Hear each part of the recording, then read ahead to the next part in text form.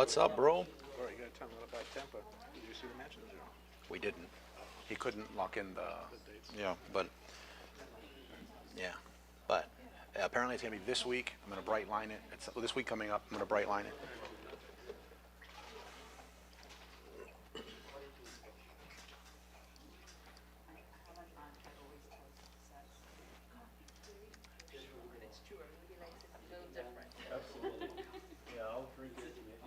Black sometimes. Other times, yeah. I've learned to drink it black. I just gotten used to it. So, All right, we're gonna get started in just a sec. We got 7 minutes. All right. Let me.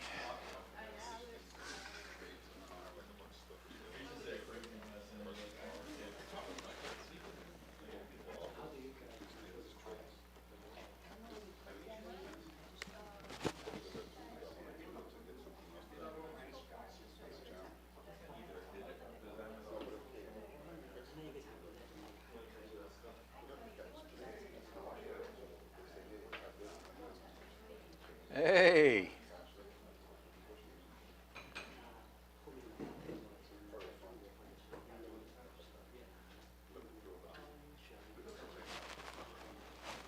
All right. How are you, man? Good. Good.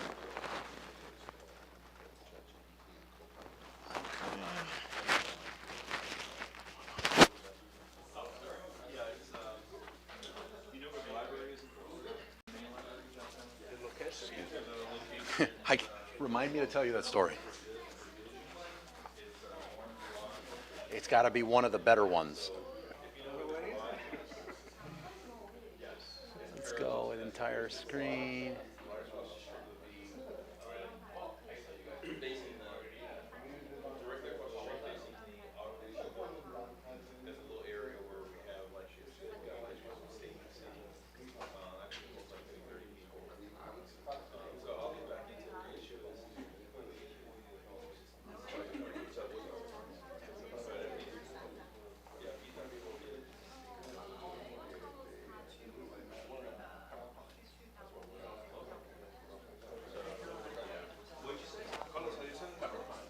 You can help yourself to a copy, yep. Courtesy of Brian, who's speaking later. He brought everybody a copy. How are you, brother? How you doing, man? Good, good. Good.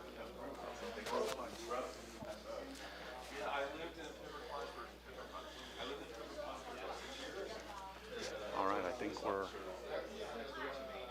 okay. What just happened here? Okay, we got an issue here. We got an issue here.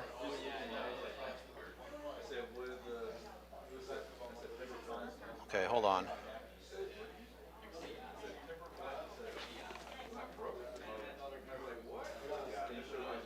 Why is this source?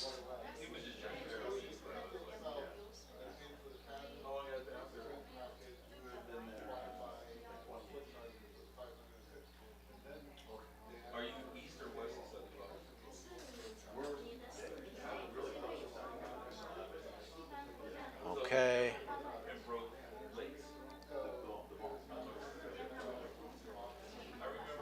Overlays. Let's go here.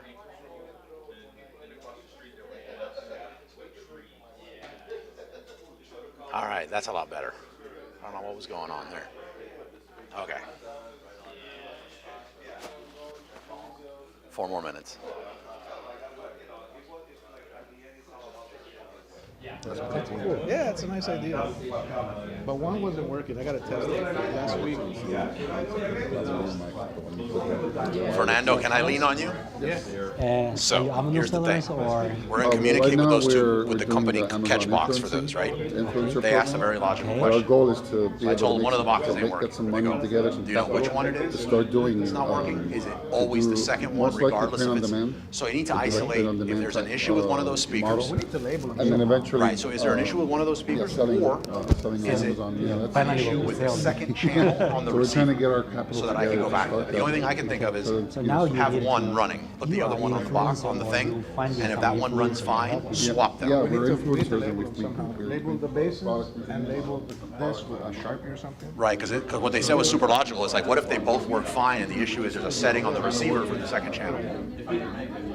And we're live, by the way. So if you're going to share your workout routine now online, they're going to hear. My beauty regimen. So my beauty regimen starts with dry brushing. You want to test them now? Just go on the. It's go on live, the it's live now. We can let somebody speak, and we can see when they hear Well, any of the attendees speak. But you can see it on the screen. You'll see.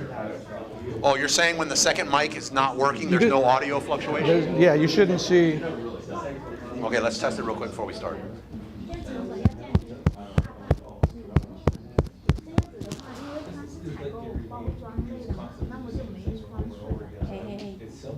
Sorry.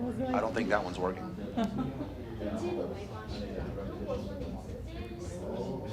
Tap the other. No, that one's working. That one's not. So this is the That's the faulty one. goofy one. So let's. Do you have a Sharpie? We'll just I don't know if I have a sharp. Just put it right here. now. So let's put that as 2.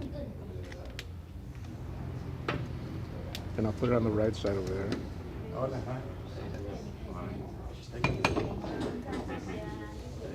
Okay, and I'll put it. All right. I'll put it back over here.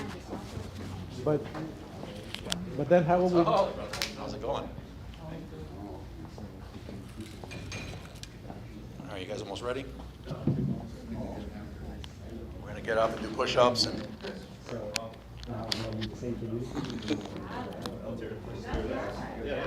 And then this find, I think it was your find, and this was clutch. Right. It also looked like a cool product opportunity, but.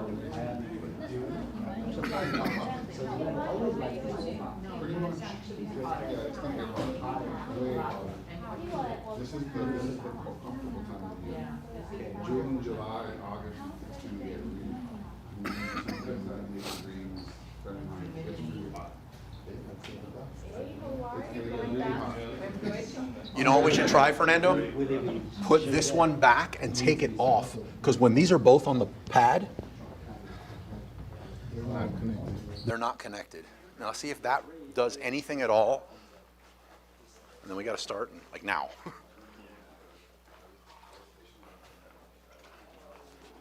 Try it. No, nothing. Okay. All right, everybody ready? Cool.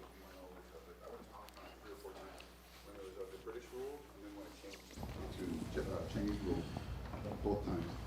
So it was, when the summer failed Hong Kong.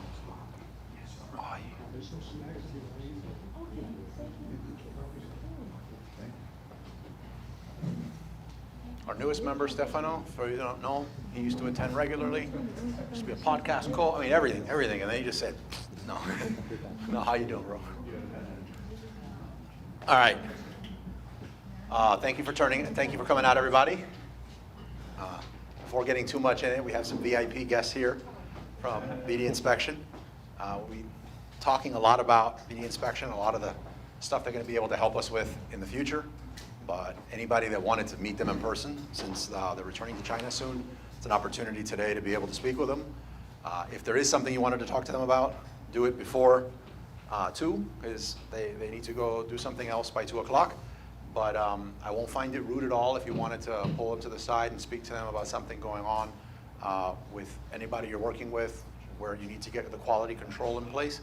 These are the people you want to talk to. So I wouldn't find it rude at all if you got up during what I'm about to talk about and just spoke with them, just so you know. So for those of you that haven't been here in a while, we started, instead of me droning on for 20 minutes about all the amazing sponsors that we do have, we started adding them here.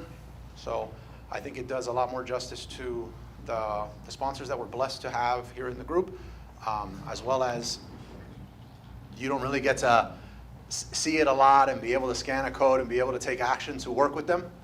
Hope you're also liking the banners we're starting to see here that give you an opportunity to take advantage of some good deals that some of them have. For those of you on the stream, you don't see this, so don't think that there's not an error. You should see the ticker at the bottom. And I would say the only other thing, and I'll repeat this for the next few events, just until it's second nature to everybody, you're accustomed to seeing it, and that is we have the ticker on the bottom on the stream. I'm sorry, we have the beginner hour now is not going to be an entire hour of just AMA, which sometimes when all the questions are coming, it's amazing. And then sometimes it's like pulling teeth because no one really wants to say what their question is. And it feels like, I joke and have to say, it's like an awkward breathing exercise, right? So instead what we're going to do is every week, we'll take a little bit of time for questions maybe in the beginning or maybe at the end, maybe a little bit of both. But then I'll open up the computer, which you see now is up here, and I'll do some product sourcing, like looking to look for new products. I think that's something that beginners should be focusing a lot on, and really the thought process behind that. Like, you look at a product, is it a good product to sell? Like, that's what's going on. A lot of what I'm going to be doing when it comes to product sourcing is going to be focused on private label. However, I do know that there's a lot of other cool models out there. So some of the times I'm going to talk about doing it for wholesale, like how I would approach looking for a product wholesale, and I'll be doing it live. Some of the times I'm going to use software. Most of the times I'm not. But I do know some of you are very like data oriented and just want to see, you know, what Helium 10 Jungle Scout or Data Dive has to say. Sometimes we might do both. I'll come in and say, hey, here are 2 or 3 products that I think are good for X, Y, and Z, or maybe one that we talked about the week before, and then the next week we'll break down the data on them using a software to see, does the software agree? We'll do a lot of that. But we'll also cover stuff like, there's a new tool out there now everyone's talking about called lowest hanging fruit, and that has to do with the Amazon Influencer Program. I think I'm just as much of an expert at it as everybody else in here who's been using it. But still, for those of you that are not using it, you could see what are the different things lowest hanging fruit can do that I might have found that you haven't, or vice versa. And there's some other softwares out there that help for the Amazon Influencer Program that do that. So that's going to be the gist. Getting something, whether it's a physical product, a resale product, which is a physical product, an influencer opportunity or something like that. What are new opportunities that you could discover, validate, and make money on, right? I got a lot of feedback last week from what I was doing by opening up Amazon and just going through the what I called the 4 steps or the stairway to PL. So much so that some of the questions that came in, they wanted me to do another part on it. So we'll duplicate, not the same products, but we're going to do that same process we did last week. And then next week, we'll do a totally different process for looking for product opportunities. Okay? Good? Okay. What do we have announcement-wise? I would just say, for those of you who haven't subscribed to the podcast, shame on you. No, I'm just kidding. For those of you who haven't subscribed to the podcast, please take a second to do so. It means a lot. Your feedback means a lot. It's our podcast, so if I am talking about content on there that you do not like, you should let me know that. I have thick skin. I can tweak the content to fit more of what's going on for you. And I'm going to be reaching out to a lot of you here to be a guest on the podcast as well. Big change I want to make on the podcast. Instead of just getting the person that everyone knows the name of who does the podcast circuit and gets on every podcast, I'd like to get other people and kind of do like an under the hood, similar to what Ecom Crew does. And we can just see like, where are you at in your business? Like a real seller, what's going on? If you want to treat it as like it's a free consulting hour with me, if you want, we can look at it like that. But it's also, I think it's going to help a lot of people that listen to the show. Cool. I feel like I'm missing something, but maybe I'm just accustomed to like repeating all the sponsors and everything that we have. So with that, does anyone have any questions before I get into anything product sourcing wise, like anything going on in your business that I can help you out with? And go from there. It looks like some questions there. What do you got? Oh, you got it. Yeah, we're going to throw the mic around. It works. Hi. I just wanted to ask about the cruise next year. Yep. I mean, is it open already for registration? We had an amazing time on the cruise this year and last year. So we're really, we want to get on board for next year. So we just want to know if everything is already open to register. Yeah, so you went right for the juggler on that one. So you asked the question that I wasn't ready to answer, right? But I'm going to answer it. So as you know, a lot of you, I couldn't make the ship on the last one due to a family emergency. So what I'm about to say would have been shared on this sailing, but events happened that prevented me from doing that. So you guys actually brought up a point in your feedback, which I won't get into specifically what it was, your feedback to me for the next cruise. It was so on point, and it was already something that I was thinking of, that it's caused, and I know I'm going to get some flack for this, but it's caused me, I don't just want to do an event every year that's because we do an event and just do it repeatedly and we just show up, right? I want to do something that's really impactful and a lot of fun. It means taking a little bit of a risk. So the cruise is no longer going to be an event that we do every year. On the alternate years, so that we can switch up locations, that we can get a new boat, because the boat we would have gotten for this next one, if we stayed on the same schedule, was going to be the same ship doing the routine, doing the stop, which by the way, it was fantastic, doing the one we did last year. But that sort of cadence of just bouncing back and forth to the same locations wasn't like the wow factor that I'm looking for. The alternate years, there's going to be an event, and by the way, I'm putting this out there, and I'm assuming that you guys are not going to run with this and just spread it everywhere, right? But the event that we were working on for quite, as a matter of fact, that we have been working on for quite some time is the domains purchase. You might even see the holding page is called Ecom Retreat. It's going to be an all-inclusive, like mega mansion style thing with a lot of stuff that you don't even see on a ship because you can't do it on a ship. And it's going to be able to allow us to move around to different locations. But as far as cost, you're looking at about the same cost as what you would have done on a ship, right? So nothing, like we're not looking at beyond that. But I am not going to share any more on it, but rather I plan on this week making the announcement to the group because people are asking when do we book our ticket for the ship. The delay has been that. We needed to coordinate a date. I wanted to time the announcement by telling everybody, here's the landing page for this next thing, but it's a lot more complicated than it seems, all right? So who here hates me now? There's no cruise next year? There's not a cruise next year. Well, okay, but hold on, look at it like this. So the cruise would have been February of next year, right? The cruise may still happen next year, but it wouldn't be till the end, which is almost 2 cycles from now. Right, so the cruise is not written off forever, anything like that, I know. But from my side of things, it's, first of all, pulling off a cruise event is hard. You would think you just call the ship and say, hey, give us a conference room and give us this thing. That ain't how it works. 3 days before this sailing, they told us that we didn't have a room to do presentations. And kind of deal with it, that they have some art thing that was happening, and they kicked us out of the spot we had. I mean, and they, sorry, you know, and what do I tell the people that came in from all over the world? So it's very difficult to do. So we will have the... And it's amazing. So the idea is we were going to have Ecom Retreat next year, and the idea is the year after that, or the cycle after that, is going to be an online seller cruise event. It's also going to allow us to get the newest ship that's coming out with a totally different destination. So it works, if you think about it, and once I can put the details out there, it's a better thing. Yeah. Also, I know the cruise has some unique things to them that's amazing. I want the mega mansion Ecom Retreat we're going to do. It's not going to be, if I pull it off the way I want, you're not going to think you were like missing out on anything. As long as it has the all-inclusive drink package, correct? It will be all inclusive, but And is it going to be around the same dates? that is the idea, yes. Yes. There's a lot more flexibility on the dates and the locations when you're not stuck on the cycle of a ship. So I'm going to leave it there. I don't want to put too much more. I'm actively working on it, but just I feel like that was a great question. Wasn't ready, but I don't want you to think I'm waiting to the last second to cost you more on a cabin. Right. Okay, cool. No, because last year at this time you already had it out. Yes. And as a matter of fact, the entire 2025 thing is built. The website's built. Everything's built. It just needed to be turned on. Except when we finally saw that this was the only thing we were going to be able to lock in was the same thing that we did before, 2 years it ago. made us want to like, right, that's it. Same amazingness, same WOE vibe, same people from all over the place. Like, it's going to be amazing. He's saying it's awesome, but his face is like, I ah. don't know, but I'm excited about it. I know. Is it Okay. going to be 1 week? Or less? It's going to be at least 5 days. Okay. Yes. Yeah. Yeah. All right. Which, by the way, most people, the only other critique from the cruise was that it was so long. Oh, I know. So I know we're on the same page on that, but 5 days, but 5 days also caters to a lot more people. I think it's only Don't throw anything at me yet.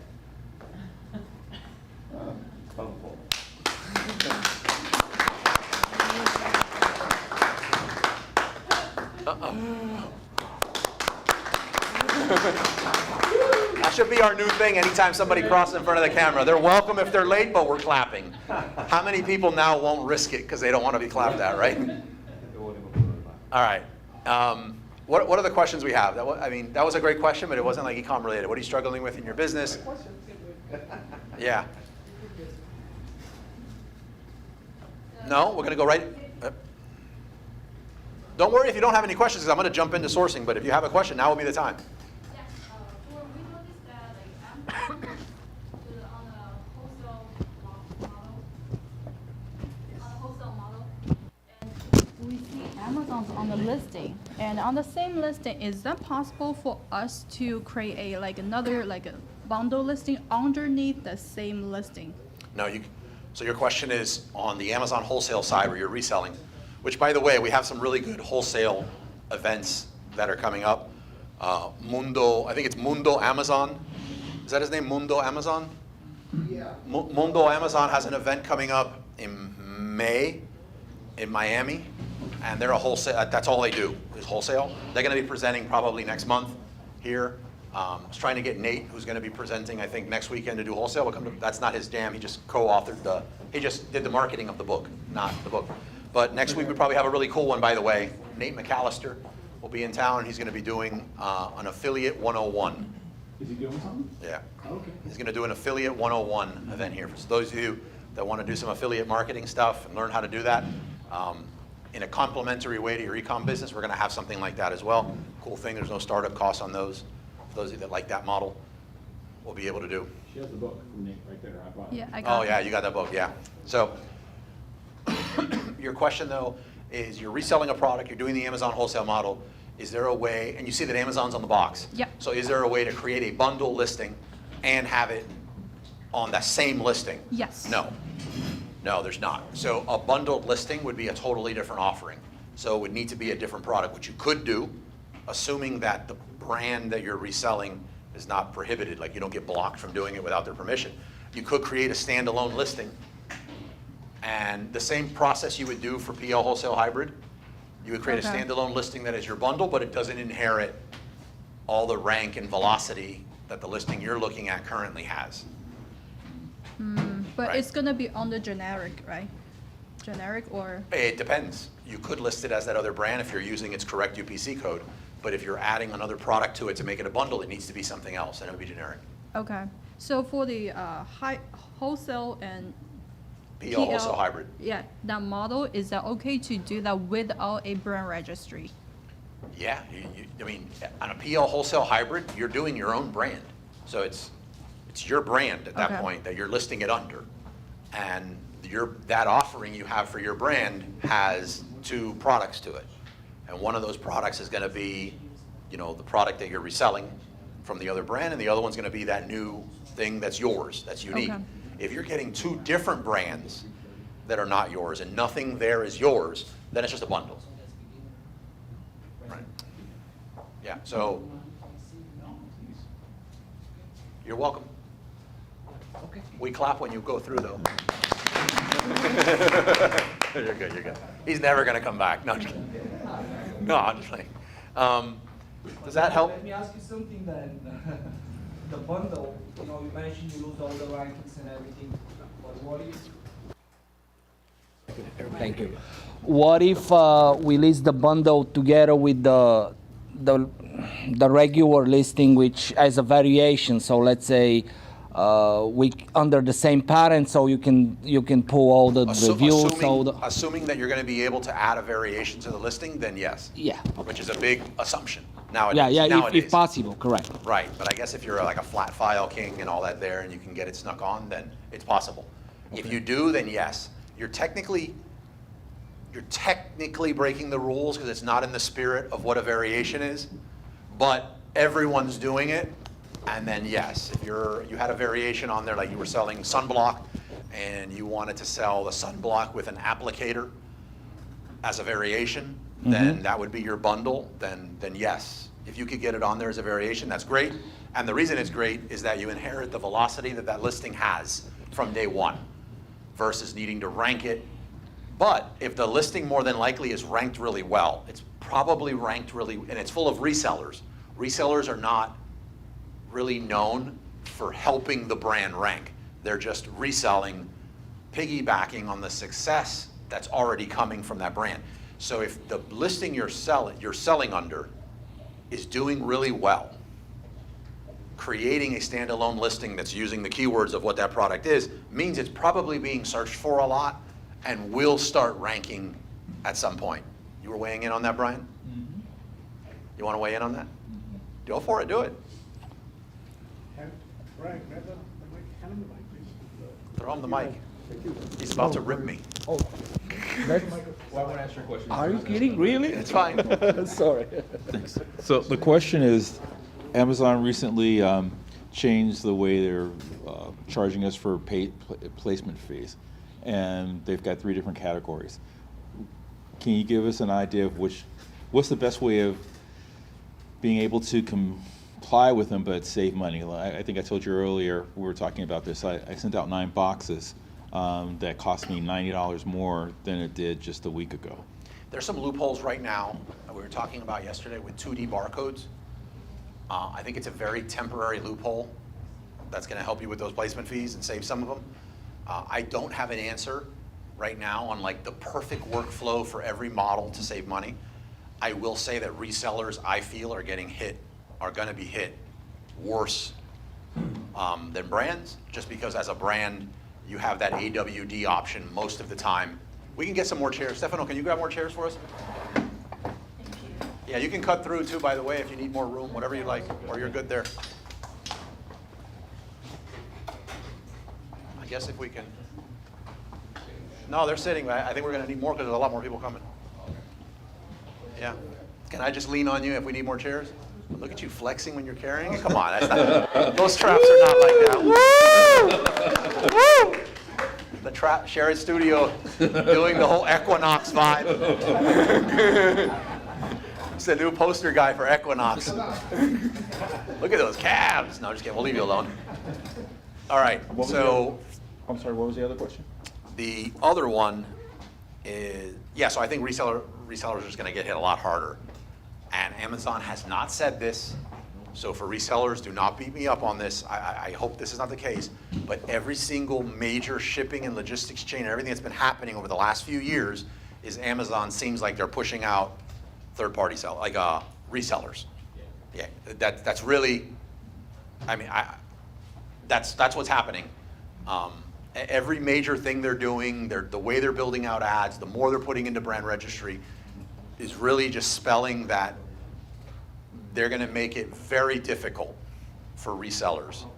It's not only that, it's also all the regulations that are coming in the marketplace for all the brands, and Amazon is afraid, well, they may eventually get sued no matter how big they are by a brand. So it's really, I've been doing reselling for a long time. I can tell each year is getting harder and harder and harder. Keep in mind though that why we're talking about this, like the placement fees on Amazon, I don't want to make Amazon seem like selling on Amazon is sunshine and rainbows and it's the easiest way to make money in the world. I'm not doing that. It's not true.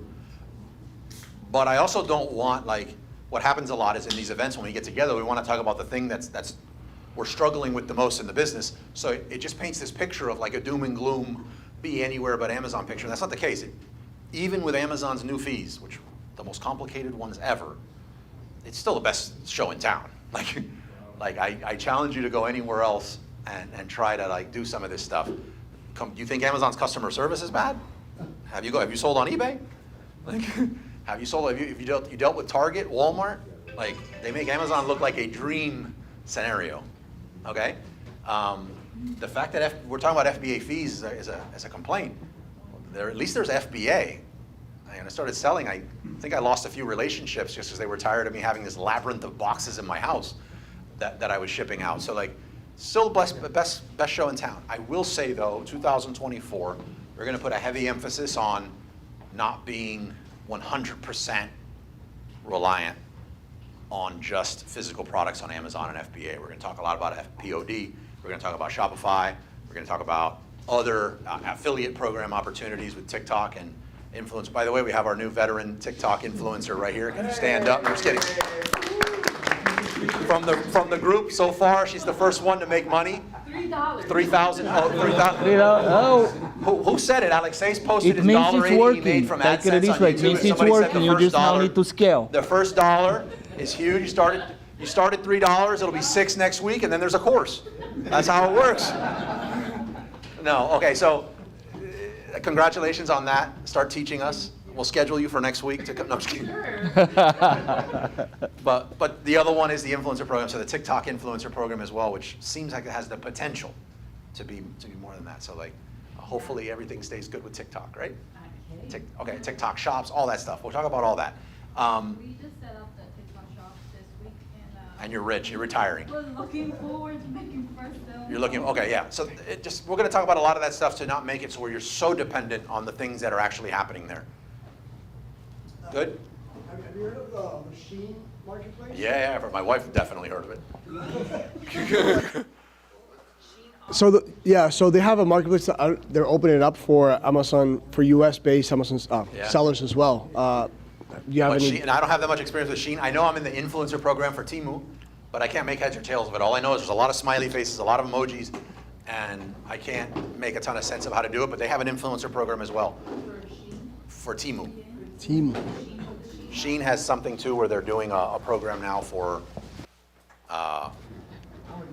so my wife would love that. The difference with Shein, I was just at Prosper, which is really cool, I guys. saw You you. wanna- I saw you at Omni. Oh, that was fun. Yeah, that was a fun. What's that? Yeah, I saw. As a matter of Oh, fact, you I went saw too? you Oh, no kidding. in the Shared Studio video. I was like, "Who's here?" I just kept pausing, and then I saw you Yeah, that was a fun night. in perfect form, by the way. Oh yeah. No, he was Yeah. not being a good boy. None No. of those pictures. Anyway, I spoke to the Shein people. Hadn't really known a lot about it, but I asked them. So they do have a marketplace, but they're not really trying to leverage social commerce to promote or to sell their products. I don't know if they're ever going to, so there's not really opportunity to find it like the Amazon influencer program or like TikTok shop influencers. So that's just one thing to point out. They don't have any plans to really build that out in the near future, but they're kind of open to it. It's just not a thing yet. Yeah. So. Like plus and small size. And especially what, I'm sorry? Like, so Shein's like for clothes, right? Yeah, exactly. Well, it was always for clothes, but now they're opening up a marketplace for everything. Well, not everything, but a lot of different categories that weren't there before. Yeah, it's pretty cool. What else do we got? Yep. So, on my account it says Brazil. What does that mean? Sorry. My account says Brazil on it now. What does that mean? I can sell in Brazil now? Yeah, you could sell in Brazil. Okay, thank you. Good luck with that. we went through that. We had an Amazon rep from Brazil in here. We had Synerlog in here. We had they just had everything figured out, but nothing was figured out. But we've attempted it. It seems like there's a huge demand in Brazil. There's a need. There's a very clear what types of products would work best, but there's a major disconnect with shipping. So getting the product to Brazil, no problem. Getting the product in Brazil, major problem. The same as like what we're having in Mexico, those issues? It makes Mexico look like a walk in the park. Yeah. They steal the products, let's say. Everything. Yeah. Yeah, everything. You steal the product 1 week to the next, your tariff, I think the 25% Trump tariff is bad. That sounds like Brazil. Yeah, that is Brazil. It's very Brazil. So good luck with that. As a matter of fact, when you get your first sale in Brazil, let me know because you're going to come present on Amazon Brazil. Yeah. Anybody else had any other questions before we pop the computer? Yep. Let's do it. Ooh! I don't know if that was a save or direct hit. It's okay. It's okay. Thank God we have insurance. It's okay. The Creator Connect, sorry, Yes. and I don't know, I've probably have asked this question Sure, in, go the, for in it. the past. So I still haven't been, I guess, eligible for that program. I did finally link my Instagram. I put my URL on my Instagram to try and drive some of my following from Instagram to my storefront from Amazon in hopes that that would, because even though and I get them confused, the on and the off ID or whatever it is, the one that you have to drive people to your Yeah, storefront, associate. they say that that has to be a certain amount before they offer that. Okay. Um, I don't know the criteria for getting in. right. To the best of my knowledge, everyone was getting access to it. Apparently, that's not the case. Well, last time I contacted them, and that's the information that I received. It's definitely more associated with your associate's account. And you're able to access it through the associate's account. I was talking to someone in the chat, and I was responding, and was like, we have like a 60%. I just threw 60% out there because that's what it felt like without feeling like too big of a number. I think it's more than 60%. But when you're reaching out, the majority of them that are listed there say they're not going to do the product for free. But I think they have that there because they don't want to just give the product for free to just anyone. It really boils down to like how you're messaging them. If you're just like, oh my God, I check out my influencer, my Amazon influencer channel, like I can review your product. I think that's a turnoff because you review everything. Not you, but like most people in the Amazon influencer program are just reviewing everything. If you looked at our Amazon influencer one, I mean, we got everything from chapstick to mag locks and like, so for a brand, speaking as a brand, and now just talk, maybe you could weigh on, you do a lot with influencer stuff. You're speaking to an influencer and they're very much into beauty products and you pitch them on a do my Twister board game, there's a big disconnect there. So like, I have a great acceptance rate reaching out to these people on Creator Connect because I'm pitching it as if I know what they're about. I took a second to figure out like what they're looking for, and I even spell out why I think it would be the types of people that consume our content would be a good fit for theirs. And if I'm right, which I feel like my whole marketing mind usually is in that case, we get an acceptance rate. So if it's a product that is gonna be beneficial a lot for kids, and it's a kid related or young or mom and me type of thing, I don't mention anything about WOE. I mentioned the whole Angelina and Carlos YouTube channel, where it's my wife and my kids and stuff like that, and I reference the channel that I feel is the most relevant, where in addition to doing this video that they could see as an Amazon influencer video, they're also gonna have this other asset that they can use however they want. They can use it for UGC, we're gonna give them the rights to it. So I think it's how you reach out. And some of the people I've seen reach out are just like, we can do great stuff and you'll make money. It's The kinda thing like, is, for right now, I haven't even been given the option to participate in it.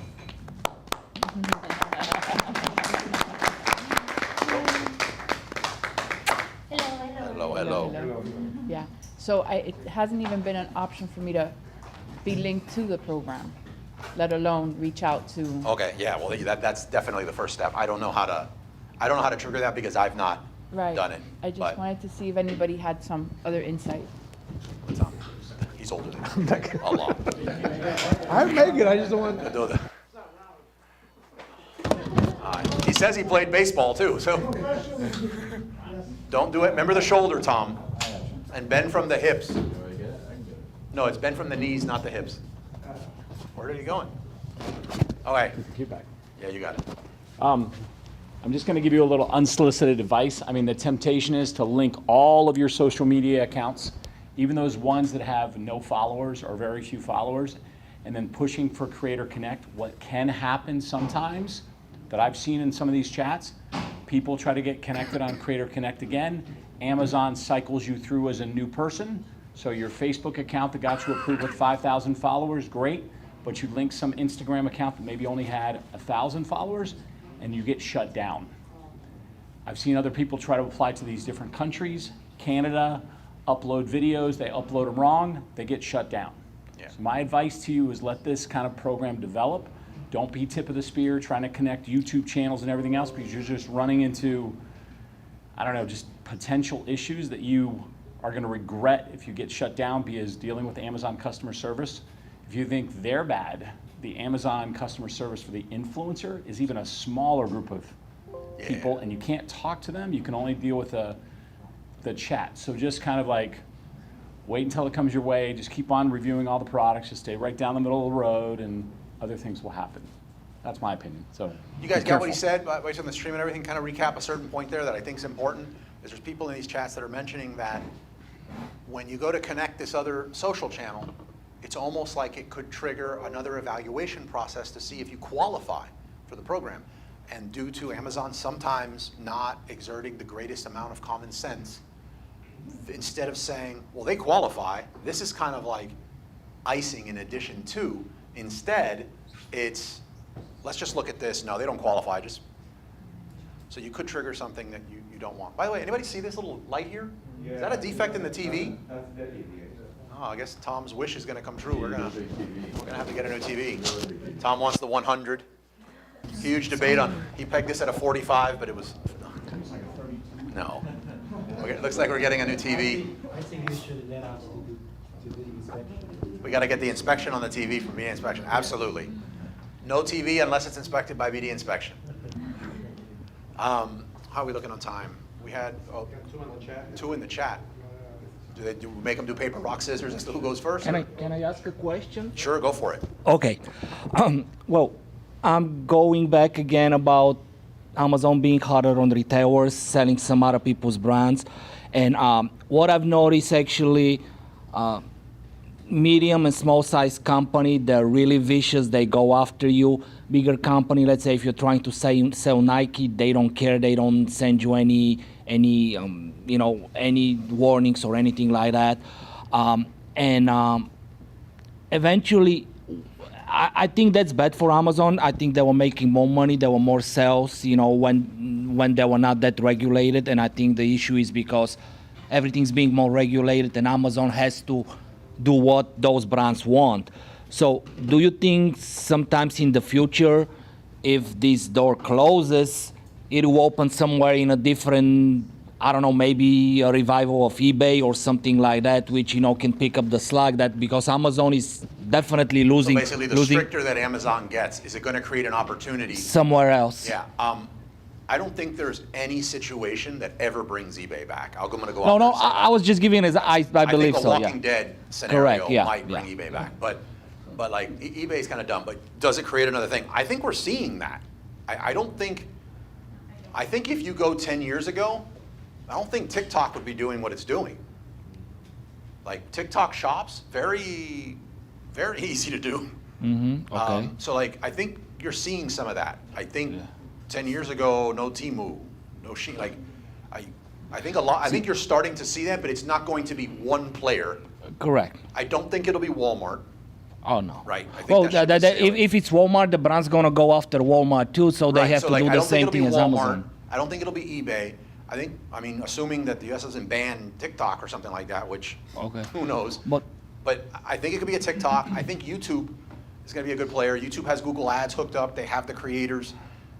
So I think there could be a YouTube opportunity, and it could be a new platform. Yeah, and I want also to mention, I don't know if you guys know, there is a program in Amazon, and that's also proof that they're trying to find a solution for this problem. The reason why it's getting harder, it's not because of Amazon, it's because of the brands, and they try to keep the business not being sued. But I forgot the name of the program, but let's say you have a brand, and then they give you stickers that have transparency, which basically then, a lot of brands, if they have the transparency activated, I don't see any problem of letting resellers sell on Amazon because they know that it's gonna be, a legit. Yeah, so that's a good point, and this is a major can of worms here. First of all, especially since we have BD inspection here, one of the things I like to do in an inspection is like when you're using transparency, if you're using it the right way and you're applying it at the factory level, one of the things you could get kicked out of transparency on is if they're not applied right. When the products get checked into FBA, you get a ding, and you're kicked out of the program. And getting reinstated and getting it activated again is a royal pain. Okay. So having an inspection company as part that can customize an inspection and do the inspection at that level to make sure that the QR codes are in place correctly as per the program will save you tens of thousands of dollars and like major headaches with resellers. So like kind of tipping my head to BD inspection here for a second. The other part of it is the problem, and I used to be a reseller. So I'm not like this cold-hearted thing to resellers or anything like that. However, the majority of my money has come from being a brand owner. So let's call it private label. And speaking to other private label sellers, the biggest problem is not that we have an issue with resellers reselling our product. I mean, I sold it to a store, you bought it from them, the store pays me. You didn't steal anything from me. The problem becomes this, is you want to sell it on Amazon, largest, most competitive marketplace on the earth, right? Price go down? Well, price goes down, I get more sales too. I don't like it. I want to make bigger margins, but I might have some issues with my supply chain. Like the stores are like, I'm not getting sales anymore because they buy it online cheaper. Yes, but the biggest one is when you sell it, you want to get the buy box. And when you take the buy box, all of my ads stop. So when, as a brand, when I'm running paid ads, one of the things that has to happen is I have to have buy box eligibility. The moment it stops, my ads stop. And you sell however many units you have, and you're good. You made your money. You're on your way to the next product, and maybe when you can find more of this one, you'll resell it. Not you, I'm just saying as a whole. Correct, yeah. Problem is all of my competitors on that given keyword, their ads are still running. See, So it's but not, you're a guru. You know what you're doing. A lot of brands, they don't sell on Amazon, and it's a very legitimate reasons. I'm not sure if that's the most important reason for major brands. whether a brand knows they're selling on Amazon or not nowadays, they are selling on Amazon. It's either consciously or unconsciously. Correct, but they may have, let's say, bigger brands may have, let's say, authorized resellers that have. Sure, okay, yeah. I'm not sure if they realize what you were saying. They don't. Like that's why medium and small brands. That's why they're the most vicious, because they're personally involved in selling in Amazon and they know Let me ask what you exactly. something. If I was a brand and I sold these, and they were hot, they sold great, perfect inspections from BD Inspection, by the way. They sold great, and you and Fernando were my only authorized resellers. Okay. And you guys got 50% of the sales. You're making a couple $1,000s a day in profit. And all of a sudden, Tom and Ting started reselling the product. What would you do? Well, we're gonna start complaining. You're going to contact me. Correct. And you're going to want to remove them. Correct. Because you're making less money. So it's very selective the way a lot of resellers go about like who should have the box. It's more like it's not a strategy that can really evolve. It's very static. So you hurt the brand by taking them out of the buy box on sales. And in reality, you really don't want not you again, but you don't want anybody else to make money on the listing as well. So it's not a sustainable model. I think for some of those reasons as well, that Amazon is making some of the moves they're making is, well, maybe they're not making it because of that, but it's not as big of a priority to prevent them from doing it because the other model is not sustainable. And the other part about you think that Amazon would do better and maybe make more money, I can tell you from firsthand experience, some large brands as an 8 and 9 figure seller, when we got suspended, because that happens for a couple weeks, Amazon didn't sell less insects or less widgets. They didn't. There's another seller that steps up and just gets those sales. Or the person that decided they wanted to buy a triple stage wine aerator on Amazon, and they went there to get the wine aerator for that party on Friday, they said, you know what, no wine aerator this Friday because this brand's not here. No, they go on to the next best wine aerator and Amazon gets the sale. So Amazon doesn't sell less. There was did anyone know the name of that big 9-figure brand, the supplement one, recently? The green, they did the greens, the micro greens. AG? Which one?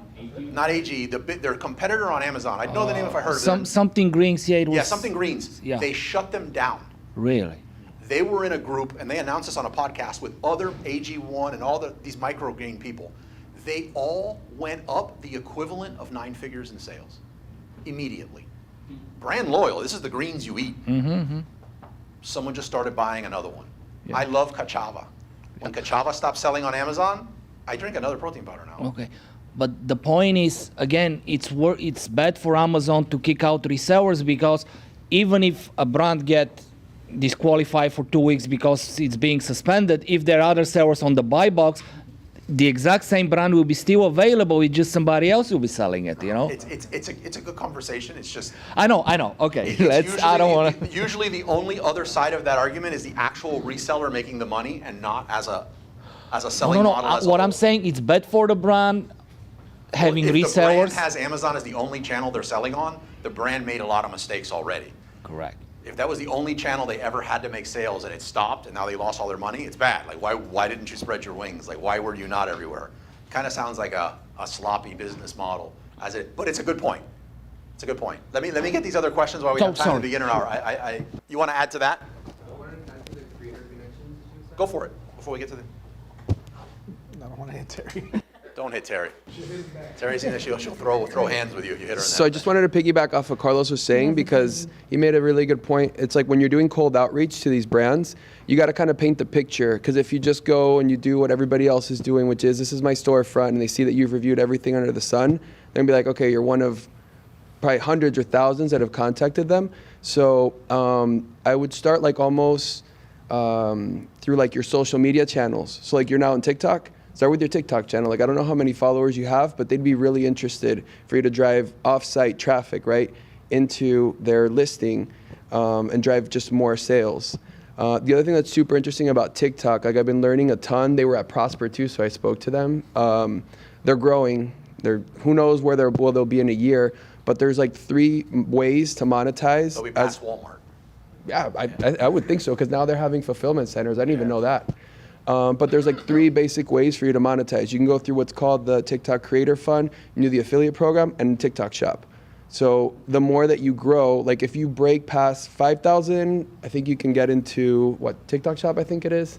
And then once you break 10, you can go into what's called the Creator Fund. And it's the only social media platform out there, the only major one who's actually paying creators for the content that they're making.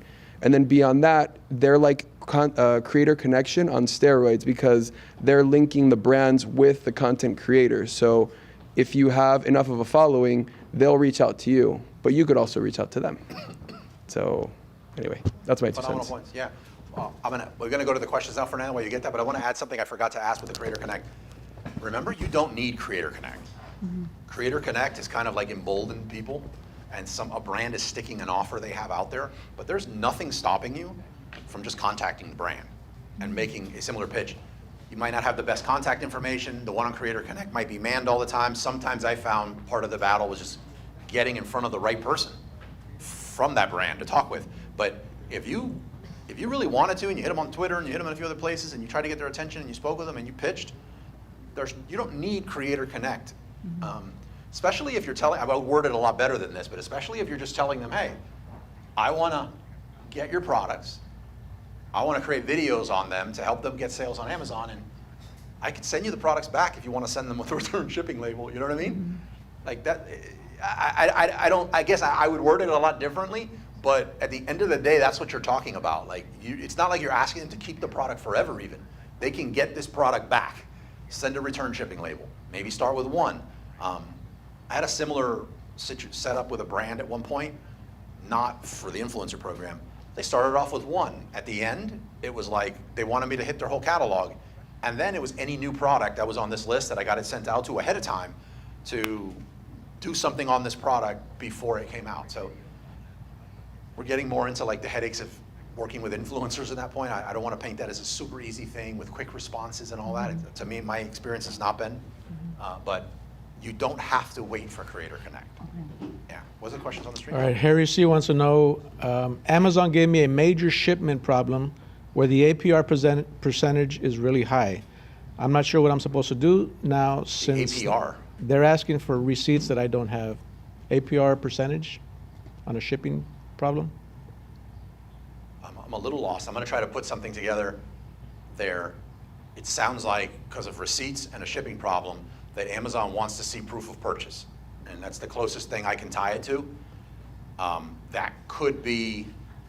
There's a second part, he just put it. The shipment I'm talking about, they're saying I didn't ship the products, although I did. Now they're asking for receipts to ensure I bought it, but they're used products, so I don't have it. You're in a tough situation. So it sounds like they're confirming that they lost your products, but now they're saying before we pay you, show us how much they cost, and you can't provide it. Yeah, I would get creative in coming up with that receipt. Personally. What? I think I've lost about $4,000 in the last 2 years. Send a box up to them. It weighed, let's say, 40 pounds. UPS came to the house, picked it up. They received it, and then it literally went to another place and it showed it at 20 pounds. So 20 pounds is here. Box. Filed a claim. They said we want receipts. They were all used books, and I said, I found one of the books because it was rare. It was for sale in the warehouse, so it got lost. And Yeah, you're in a very difficult position just because of like how, not anti-used goods Amazon is, but it's been so long since, oh, thank you. It's been so long since Amazon has really like helped a lot of resellers of used goods, that there's really not a clear protocol to follow to get it back. But in short, and I'll leave you to get creative with this, they just want to see a receipt. They're not trying to prove the veracity of that receipt. So if you can, it could be a local mom and pop store that you know really well. I mean, you could get ChatGPT, I don't know, you could get creative with that. Just consider the amount. If it's $40 and you feel like your Photoshop is bad, Amazon's gonna catch it and it's gonna cost you your account. So that's unfortunately, that's the most that I can give you. If you wanna check out Gatita, Gatita's a sponsor of ours. If you use gatita.com/WOE, the first 400 would be free too. But this is one of the things that they do. They go back in and they try to recover money that Amazon owes you. They might have some extra tricks that I'm not aware of that could help. But it's gatita.com/WOE. They're awesome. They find stuff that I would not even entertain. Yeah, yeah. They this is what they do. So I don't. They very likely they know something I don't. Next question is Yeah, they're up here somewhere too. a Just can't keyword question. Let's say I sell wood wick candles. Can I use that keyword if there's already a brand called wood wick? Now, if there's a trademark called Woodwick, you're going to have an issue. But you could look at what that brand did by calling themselves Woodwick as a lesson, and don't hate what they did, but maybe think of what is a term that, like, look at the term sweat block is the name of a brand, and it's also a #1 keyword that people are looking for like hyperhidrosis. So no, you're not going to be able to use it. You should be able to. You probably could challenge it, but what you're going to cost and the resources that are going to go in challenging it, that it's such a vague word, it's not worth, juice isn't worth the squeeze unless you have like a lot of inventory. But what you could do, and I would do this if you were just adamant on it, is I would get like 50 people, not all at once, just start dripping them in consistently, to go into your listing and ask a question. I can show you on the screen, by the way, if the person chimes in, like what that would look like. But go into your listing to the frequently asked questions section and have a question asked about Woodwick, and just respond with the words Woodwick in the same thing. The responses that are in the frequently asked questions section index in search. So I don't know the brand of the Yankee Candle Woodwick, but this is like if you go into the frequently asked questions section and you have questions asked and answer with keywords, those are indexed even though you're not using those keywords into the crafting of your listing, like it's not in your title or whatever. So you would still show up and there really wouldn't be any recourse the brand could do about it. Yeah. Yeah.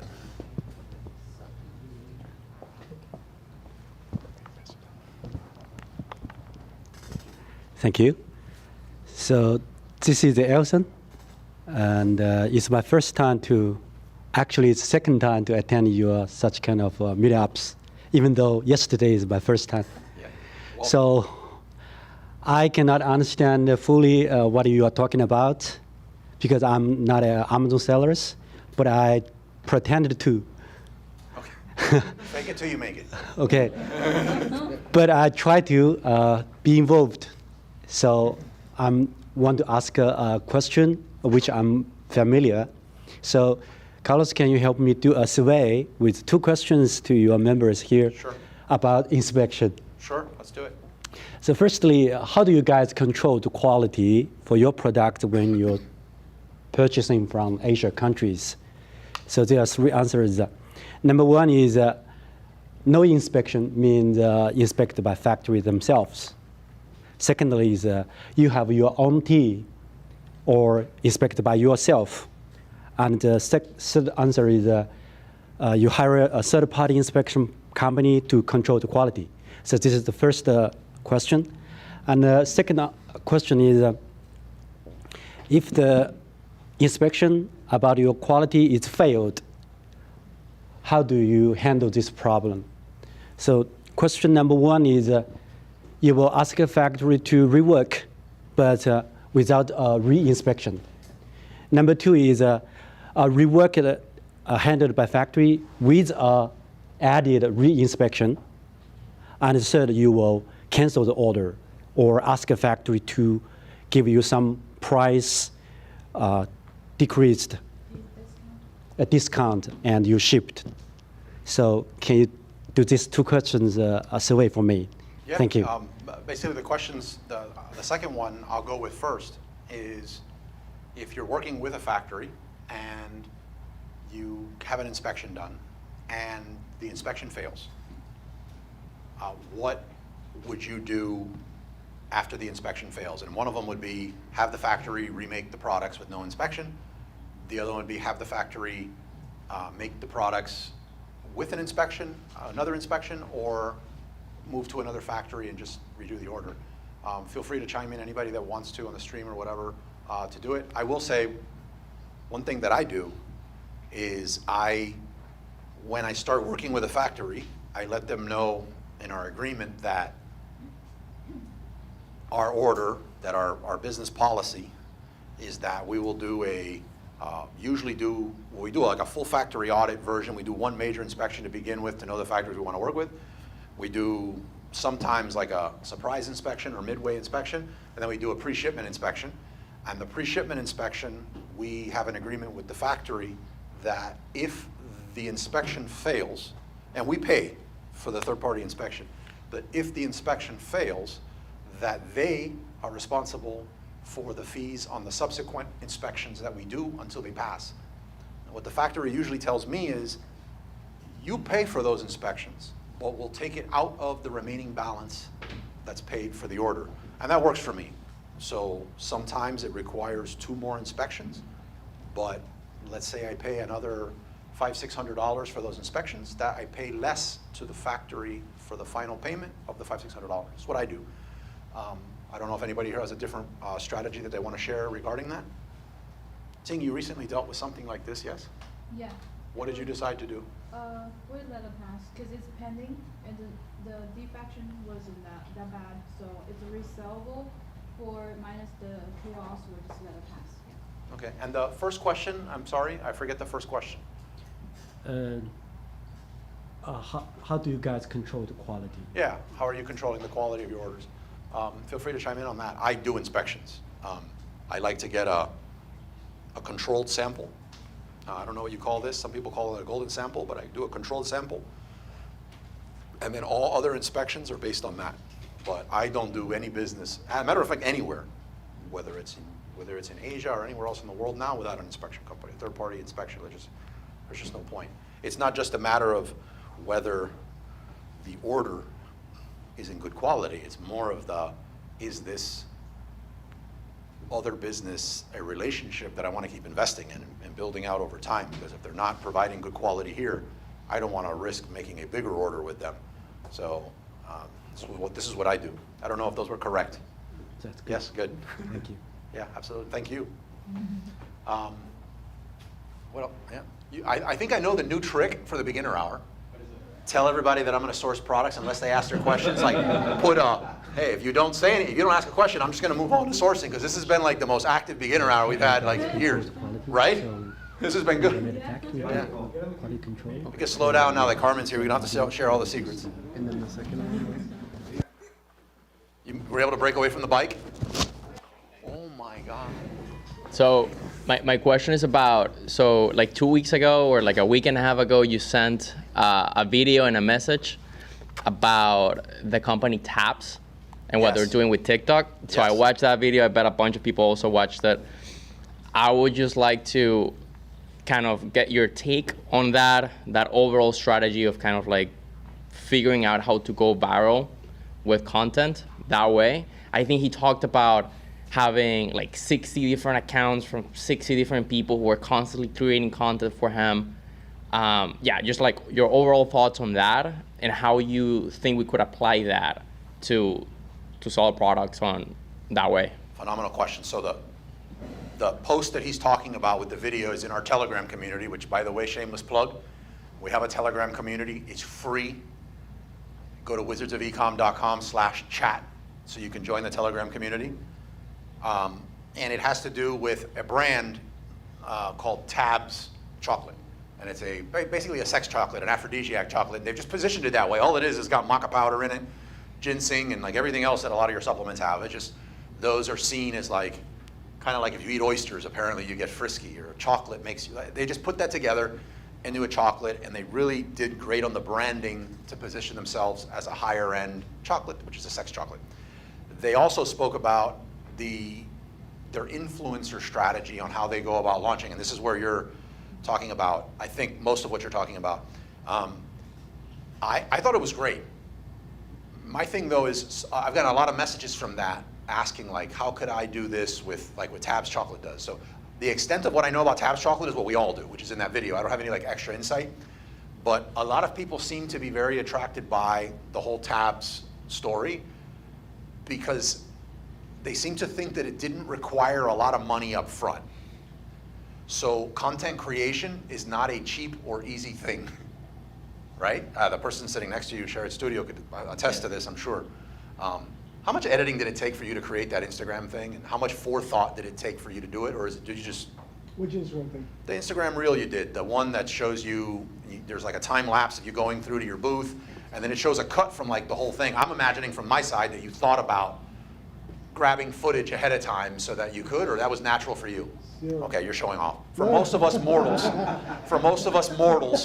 this would require a lot of thought and editing and stuff like that, right? So what this person did is he's got like 60 to 100 influencers that he's working with and has them creating content. But the one line he says is a lot of them are not even posting it.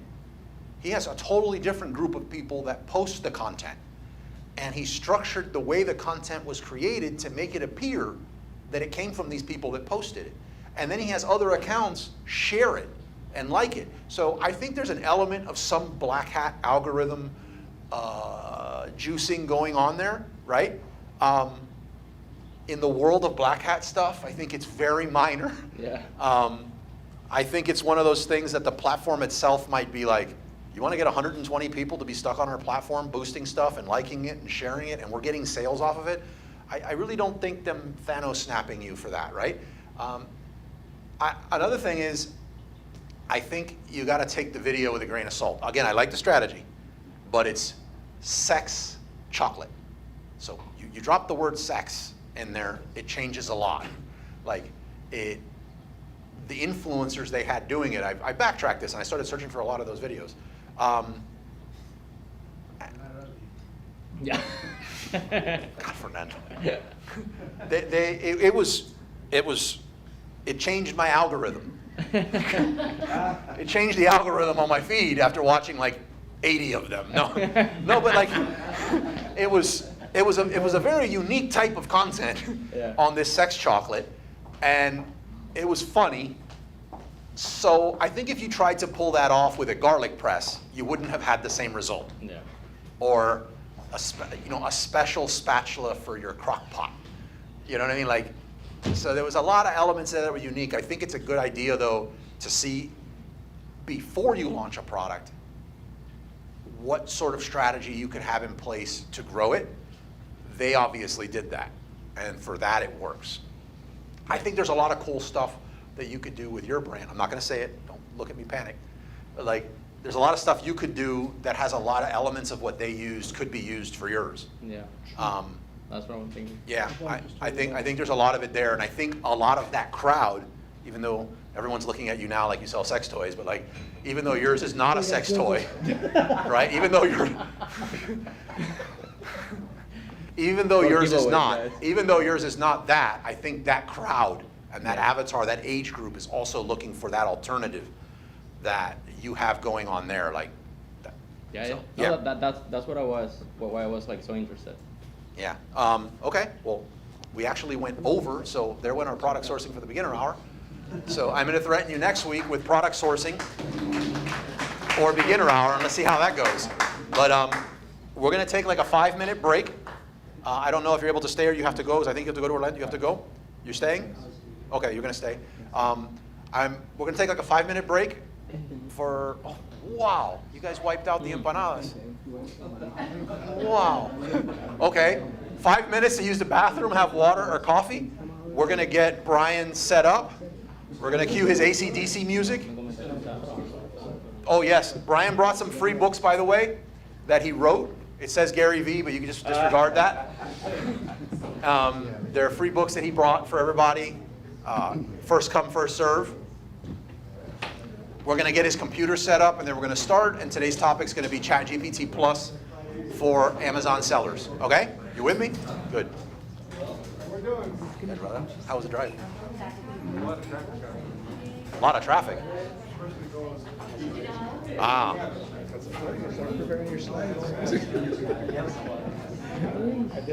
You want to use your computer, or do you want to pass it over here? It's fine either way. Yeah, let's use this one. Okay. So I'm going to disconnect from here, and then. Okay.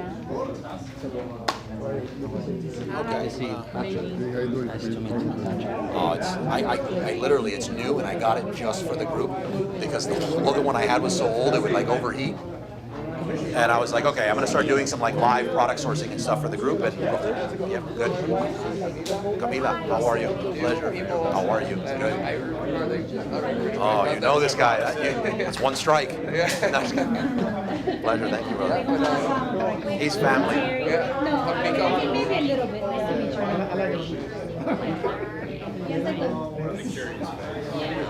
I would say the beginner hour is the best time to come for that. And then depending on your day, at 3:30, we stop and then we network.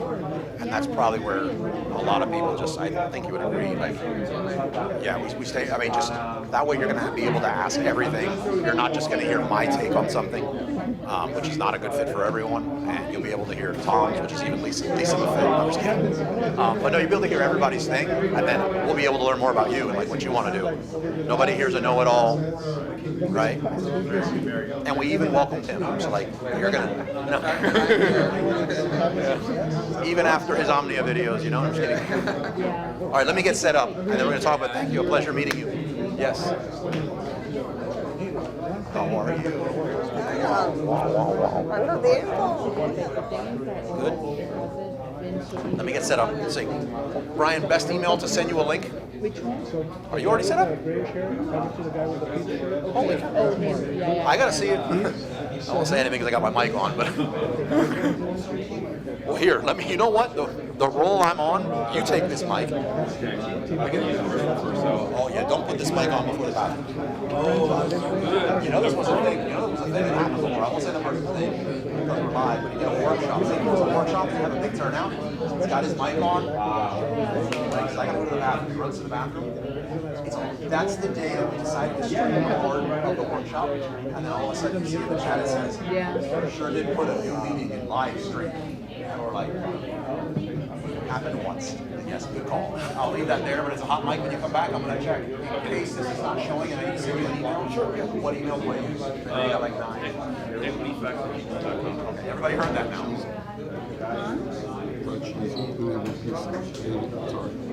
What about you?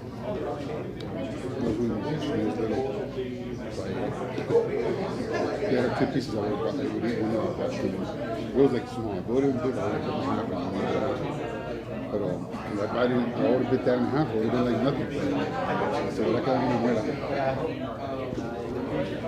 Hello.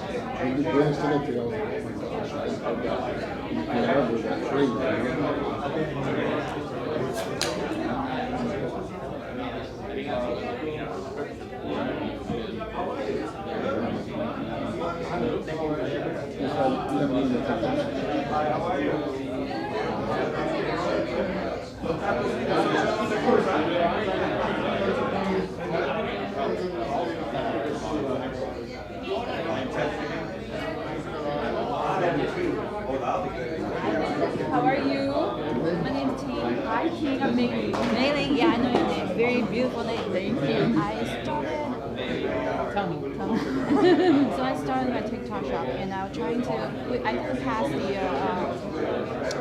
influencer program on Amazon because I really don't know where they're looking. And so, do you remember Carlos talking last week? You mentioned certain categories saturated, so they're not looking for more. But we don't know. I'm not very confident for myself, so I did everything on the faceless. So I submitted, and then it failed. Still got 2 more chances, I think, but I'm gonna save those 2 more chances until the gate's open. So the way we were doing the trailer thinking it could be some like they're narrowing down. They don't want to too heavy. It could be the time is not right. So opens up. So I did I opened a new TikTok shop, a TikTok account, and I'm trying to like upload the content. And just so tell me I need the followers. I just don't know what to do with So I don't have followers at all. I opened up my TikTok account last weekend when I was sitting here. Like I just created the account. And then when we came out, like I got information from here from Carlos and everything, and we went through the steps. He actually shared the steps as to how to create like the personal one and then the salary. Because it was like 2 different. So you have to have yours, right? And then you have to have the salary. I feel like I'm doing the clown thing between the event now. He shared with me. You can ask me a question, but no, I have a live mic. But you can still ask me. And it was kind of like the You need to cover it if you're sending it to But FBA. there were still kind of a lot of questions that we had that we were coming across. Well, you could, if this is the UPC code and you're sending it in with the UPC code, then you can. That I just went on YouTube and Is that an EAN? Yeah. how to do it, 'cause I don't have. As long as you have it set up that they're going to do it via that. But you have it set up that you need to sticker it, and you send it like that, you're going to pay to have them sticker it. Integrate some followers because I linked with my shop. And You could. My thing is when you do that, it becomes commingled. So if there's other people reselling it, it might all go in the same bin, if you will. I like to add that label and make sure that. But, okay, so it's showing here. I don't know if you want to pull this out while you open your email. Sure. Yeah, I don't have anything really. You could open it. I leave my Yeah. Take it out? Yeah, take it out. Who knows? I might have something in there I forgot about. This starts with 976. We're all good. Go with 976. Where did you see that? I really don't. I just shook to be kind of cool. What does that mean?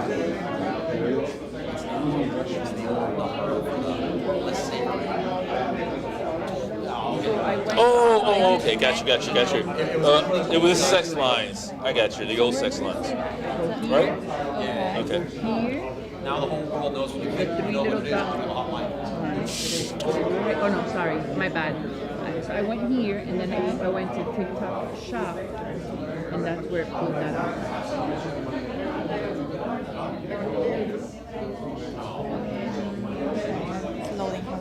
The thing is that mine's already. Is yours linked? Yeah. I just linked before I came here. Okay. Today. Because it took me a while to figure that out. I'm telling you, I had to go through. We found a YouTube video. Now I don't know exactly which one it is, but we were like following step by step to get clarification, and somehow I was able to get it approved to be linked. After putting your tax stuff, tax information and all that stuff, and that's it. So now to create the video, like just I have to see. I've been like I don't know what that is. for things that I already have videos for, and then so you create.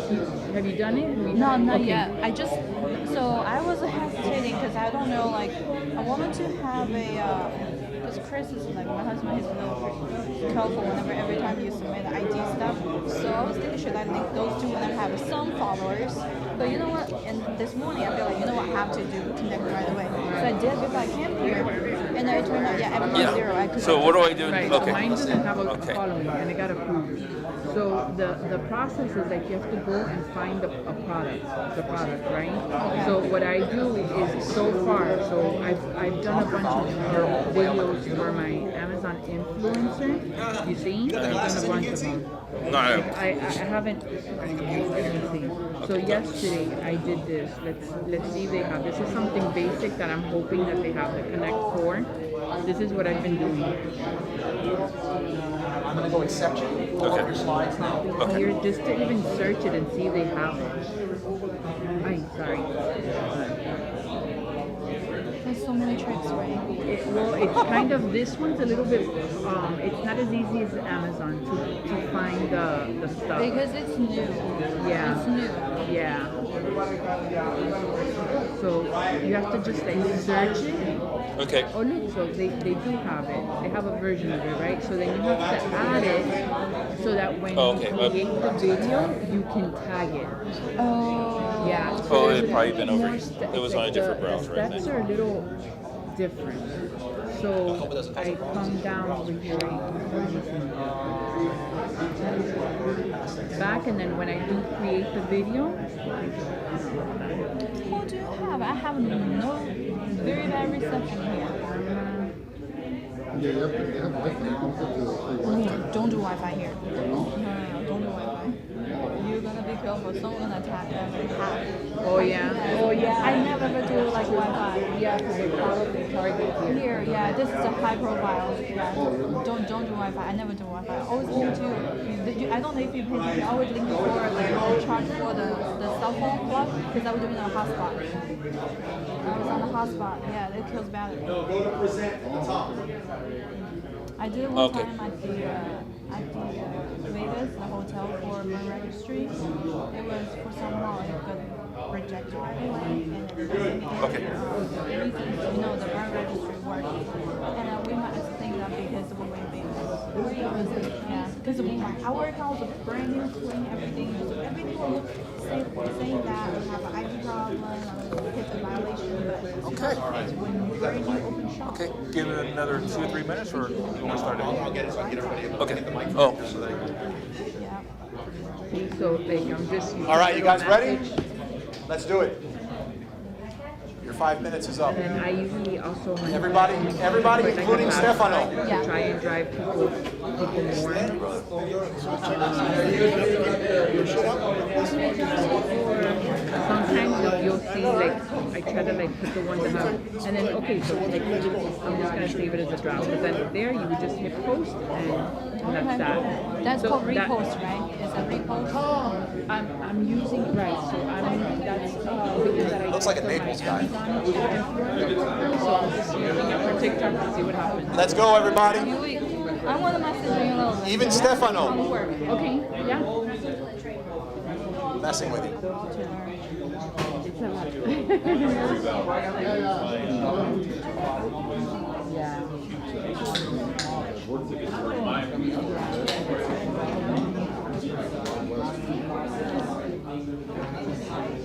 All right, we're going to start.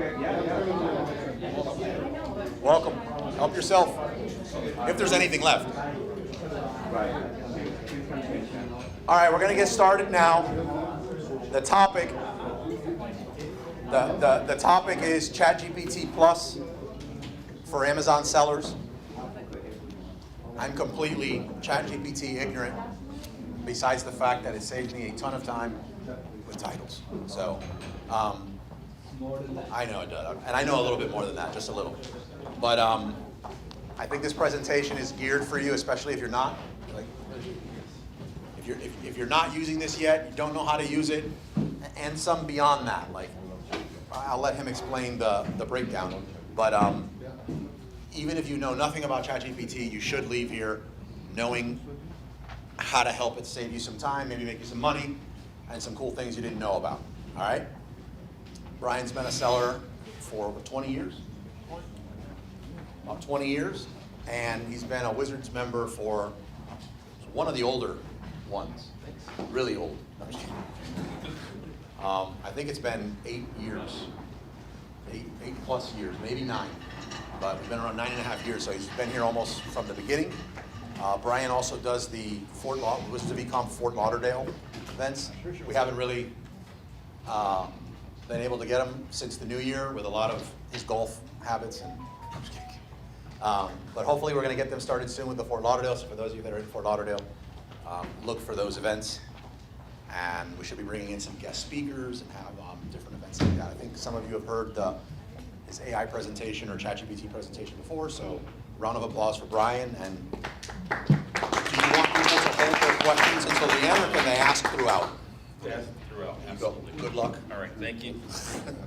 So So I've known Carlos back in the day when he didn't wear Columbia stuff. Yeah, we were both wearing it at the same time. So today I said, let me get a shirt that's, yeah. I said, let me get something that's different so you guys would tell the difference. So got my Columbia shoes on, my Columbia socks. It used to be nothing but Miami Heat jerseys. Yeah, this is, I don't think you guys recognize this shirt now. All right, so let's start off a little bit about me. I'm Brian, so we're moving on real quick. Next, how many people here are using ChatGPT? Who's not using ChatGPT? Nobody? Oh, okay. So this is going to be very informal. There are going to be people here who know a lot more about ChatGPT than I do. I'm just going to show you how I use it, and then please feel free to hop in and say, hey, this is how I use it to help out the group. I want to start things off by, I want to really give Carlos a big hand. I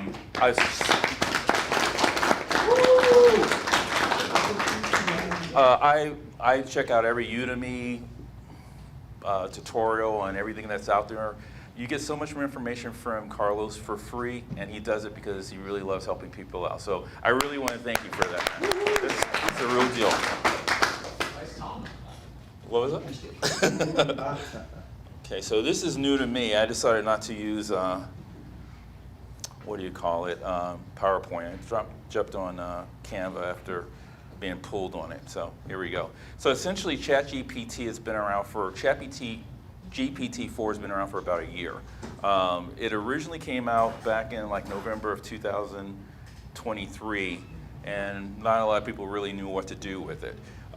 Essentially, there have been a lot of expansions in it, including the ability to do things like use the voice. Anybody using the mobile app? Anybody using the mobile app? I tried it. Yeah, I tried it. You can do voice. Yeah. How accurate is it? Well, we'll talk about that. So it's kind of scary because you can have a straight-on conversation with it. You can open up the voice app. Now, I want to be clear. We're talking about ChatGPT-4. You pay $20 a month. We're not talking about the free version in this presentation. That's beyond our scope today. So you can have a full-on conversation. Who's using it right now? Oh, there. It talks back to you. Yeah. Anything in real life. So you're like, hey, what's going on? It's like, not much. What's going on with you? If you are in an audience and people hear it, they would think that you're talking to another person. And I think you have 4 different versions of the voice that you can choose. It can see. Has anybody used it where it uses vision? Anybody? Vision. Yeah, it sees. So what you can do is take a picture of what's on in the refrigerator. But make it easier. You take your ingredients from the refrigerator, like 7 or 8 ingredients, put it on a table, take a picture of it, and ask for a recipe, and I'll give it to you. See this automatic, just paid for my ticket right there. Literally click, and it's like, well, I'm a diabetic. How can I make this work for me? And it'll give you the recipe. So when you go to those recipe sites where you have to go through all these, forgive me, I'm a little nervous. I always will be when it comes to public speaking. So if I bubble a little bit, it's just a weird deal. But you can literally take a picture of it. It'll give you the recipe without you having to go through that full story of, hey, let me tell you about all this stuff before you get to the ingredients on those recipe sites, which is frustrating. Show you something that I think you guys are going to like. And also, DALL-E 3 is incorporated into it. Anybody using that part of it? Okay. What's your experience? I like Midjourney better. One day I'll come back and do Midjourney because I love Midjourney. I'm very passionate about it. Well, it's it can be used, let's say, for A+ content, for some lifestyle images, but you cannot really have specific images of the product. But it helps, for maybe create a banner and you need whatever kind of background you need. You tell them what you need, and it gets a good image, and then you can add your product on the top. It's good for logos too. Yeah. I haven't used it for logos, but yeah. Anybody doing POD? I know you're doing POD. Anyone else doing POD? Print on demand? Have you used it for print on demand? The DALL-E I have. DALL-E, okay. Because it's a vector, so it doesn't have to be great, right? What's A vector? The mathematical. That's beyond the scope of what we'll be talking about today. All right, so it can see. So up here, what we see here is, anybody, what are those? DVDs. Those are DVDs. Let's say that you're selling on, I don't know, eBay, and you want to go ahead and list all of them. How long would it take you to list them? A week? No, you go through and you type each, hey, this is a title, this is a title. How long would it take you to get the title for these 25? Forever. I typed in 10 minutes. I just brought back 10 all minutes. the memories. Okay. Yeah, 10 Literally, minutes. what I did was I took a picture of these, and then I put in the command, please give me the title of these DVDs you see, that's supposed to be SEE, sorry, in this picture, and it gave that to me in about 30 seconds. Oh, wow. That's awesome. Well, Yes. You stood up? I'm sorry, go ahead. What was the question? sorry. Okay. When you're using the video aspect of ChatGPT on your phone, is that an app you download first, or do you log in, onto ChatGPT, let's say through Safari? So, good question. All I did was I take a picture, and then on the app, either on the computer or on your phone, there's a square. Click it, and you can upload. We'll go into more of what you can upload, but in this case, you can upload the picture. I just literally took a picture, uploaded it. 30 seconds later, look at the titles. I mean, look at the titles. Look at this, number 14. Yeah. Now, here's the deal. I did this with 25. When I did it with 60, it wasn't as good. It was even better at about 15. But if you're selling this, what it means to me is I scan books. One day I'll be able to look at all the books on the shelf, take a picture of it, and it'll give me all the pricing without me having to scan. And who sells used books? Anybody? Scanners? No? No? Okay, no worries. So again, that's a pretty nice thing. For I got 20 started scanning books. You just started? No, when I got started, I started scanning books. Oh, yeah. I had no capital, and it was the fastest way for me to grow capital. It's always the easiest way to do it. I garage saled it, and that's how I started. Not even college books. Well, for me back then, college books didn't do it, but if I saw in a garage sale a Canaries birdcage best techniques for Miami, you're like, what? And you get it, $180, and you get it for like a dime. Yeah. We have Mike. Wow. Okay, so have you thought of any other ways to even help you further? Let's assume you want to list those on eBay or Amazon, doesn't really matter. For ChatGPT to create maybe a flat file or something that will make it easier for you to list all those products on whatever marketplace it is. You can, but I haven't done it. And Okay. I want to be clear, all the stuff I talk about is not academic, unless I say it's academic. But long and the short of it is the information I'm giving you is I'm showing you these are the ingredients or the spices to make whatever you want to. Some people look at this and go, oh my gosh, I can do all these things. Other people, doesn't affect them at all. But this is what I use it for. Literally, I wanted to put this stuff on eBay, and I didn't want to list all of it, so it was like click, boom, 30 seconds later, boom, I put it into the listing. And of course, now eBay has AI listing, so it made it even easier for me to list everything. Okay. And you can also put it on Facebook Marketplace. Yeah, that makes it easier, because whenever I place these DVDs for sale, they always want to see the listings, which I was just like pound sand, but I realized if I was buying something, I kind of want to know what's in the box. So, yeah. Any other question on the vision? Okay, cool. Pretty cool, right? Mm-hmm. Woo! Yeah. Restroom's right there. All right, so everybody knows that you can, most people know you can do this for listing optimization. Literally, here's the prompt, and I'll put these prompts in Telegram, but you can literally put in a prompt to customize the title. You can go for the product category and give it a list of keywords and your target audience. This is just the guide. I'm starting to see people use this and put it up, and it's horrifying. So you want to use this as a guide, not as the final product. That's pretty much basic stuff.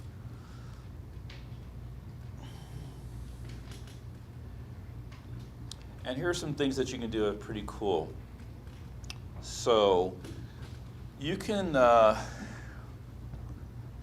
find gaps in your competitors by looking at their reviews, their feedback, and asking it to summarize complaints and customer needs about a product. Again, I'm going to put this in, all these prompts will be thrown up. So let's see if we can show you how that works. I think I forgot to do that. Okay, sorry.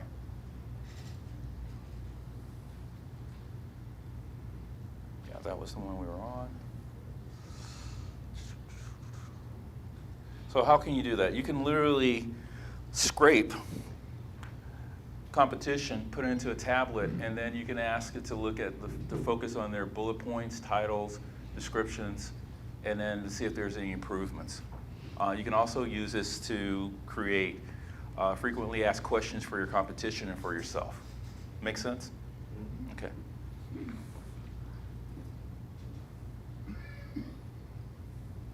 I just said that. Okay, so has anyone scraped anything off of ChatGPT? With ChatGPT? Scraped. Has anyone ever scraped the information? You have? I've tried to do it. I think I might just be missing like the prompt part where it doesn't do a great job, where it refuses to do it. And no, it won't do it? It won't do it. Okay, so maybe it's not me. It's not you. It's What not do you you. mean- What do you mean scrape, like scraping something from a site or scraping?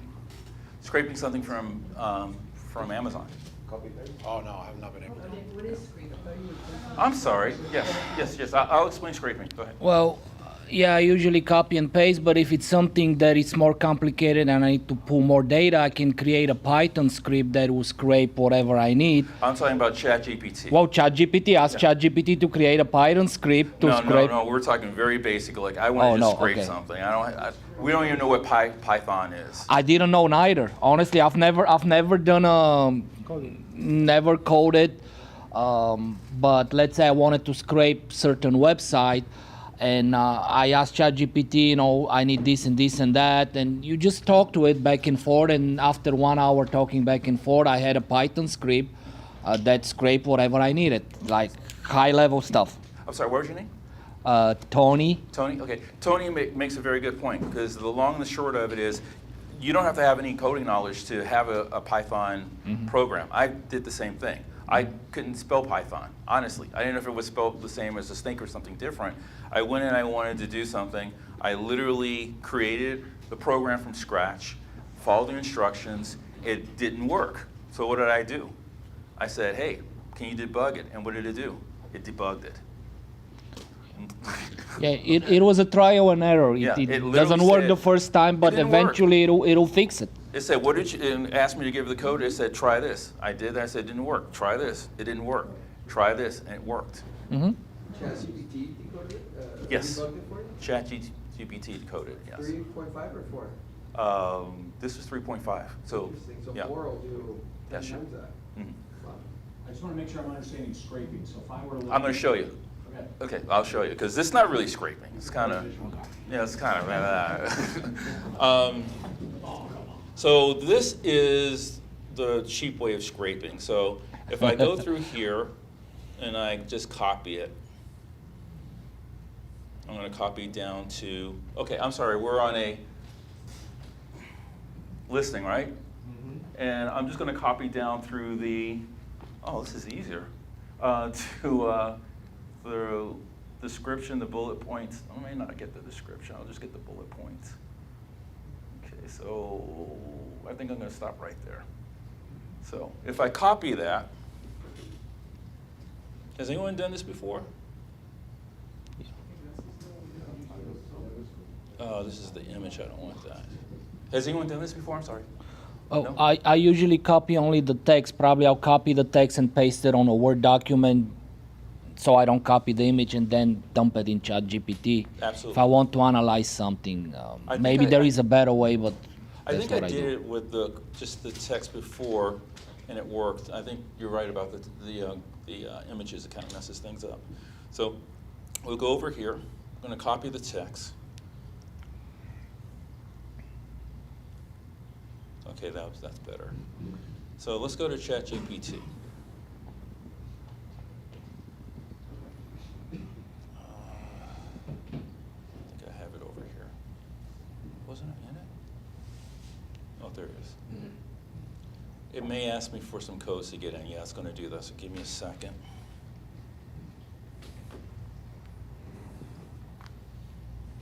I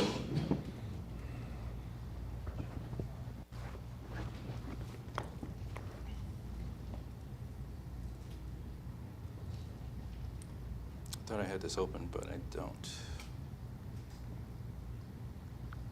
That's a Windows issue. Hey. A question from the stream while you're doing that? Yes. Steve wants to know if, can you just insert the ASIN instead of scraping? I don't think you can right now because it doesn't have the ability to go out and do it in real time.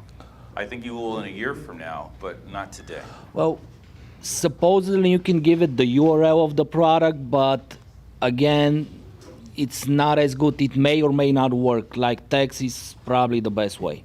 The issue that I've run into is that Amazon seems to have some type of block on it currently also. So if you put in, it sees that. So websites can see when there are inquiries coming from ChatGPT, and a lot of them have blocked it already.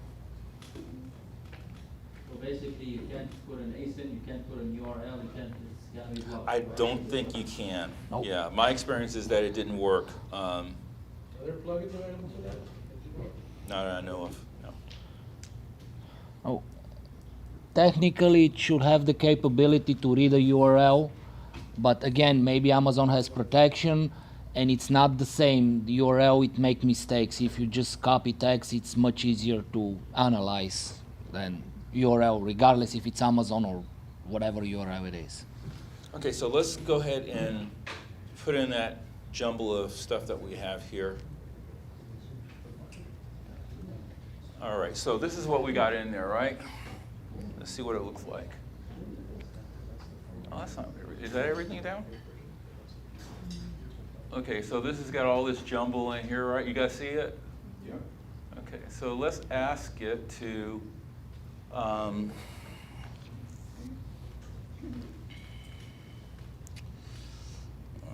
let's see.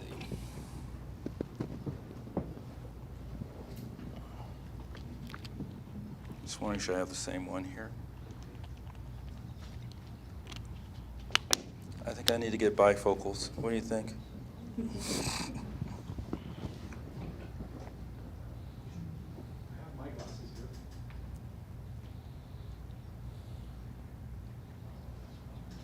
Okay.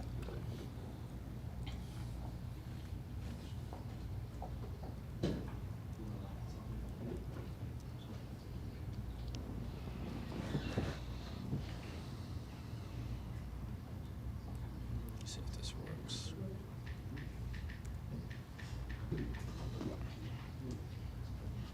So I asked it to place it in Excel tabs. Let's see what it does.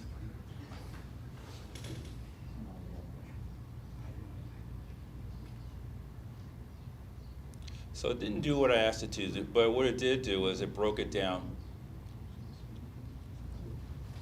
You see how it took that mess and kind of cleaned it up?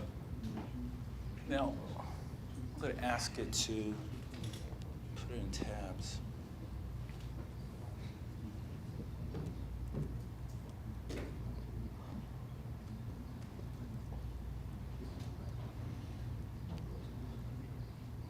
Oh.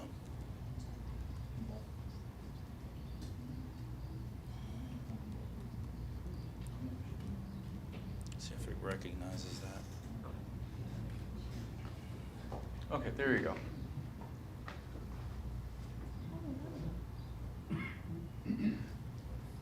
So what am I seeing up here? Anybody?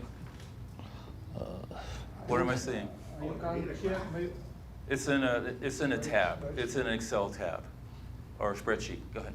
You can check, maybe send the link, Amazon link to ChatGPT. Well, it's in it. What you can do is you can put this into any type of spreadsheet, and then you can literally load them up. We were talking about put that information later, but if you want to compare your competition, all this information is there. You don't have to extract it. If you have a VA, they can just type it in and it's ready to go. Brian. Is that cool? Yes. Yeah, a question though.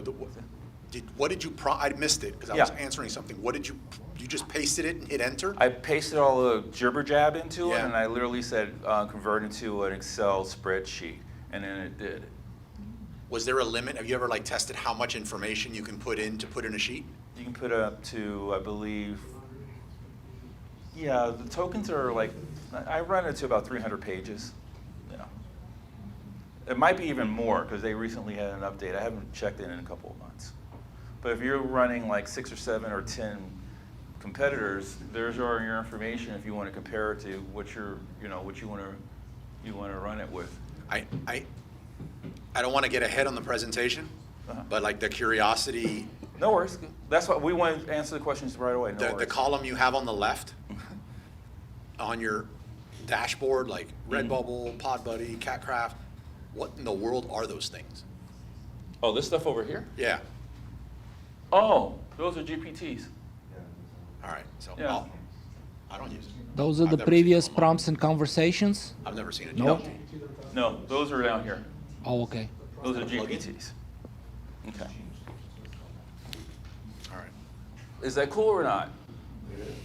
I know no one's going to say not, right? All right. So how can you use that? Somebody, how could you use that in your business? Anybody? Organize data, analyze data. First organize it and then ask whatever the question is. Okay, based on this data, that's the competitors and that's my product. Maybe you also throw in your product. I would personally even probably throw in the reviews.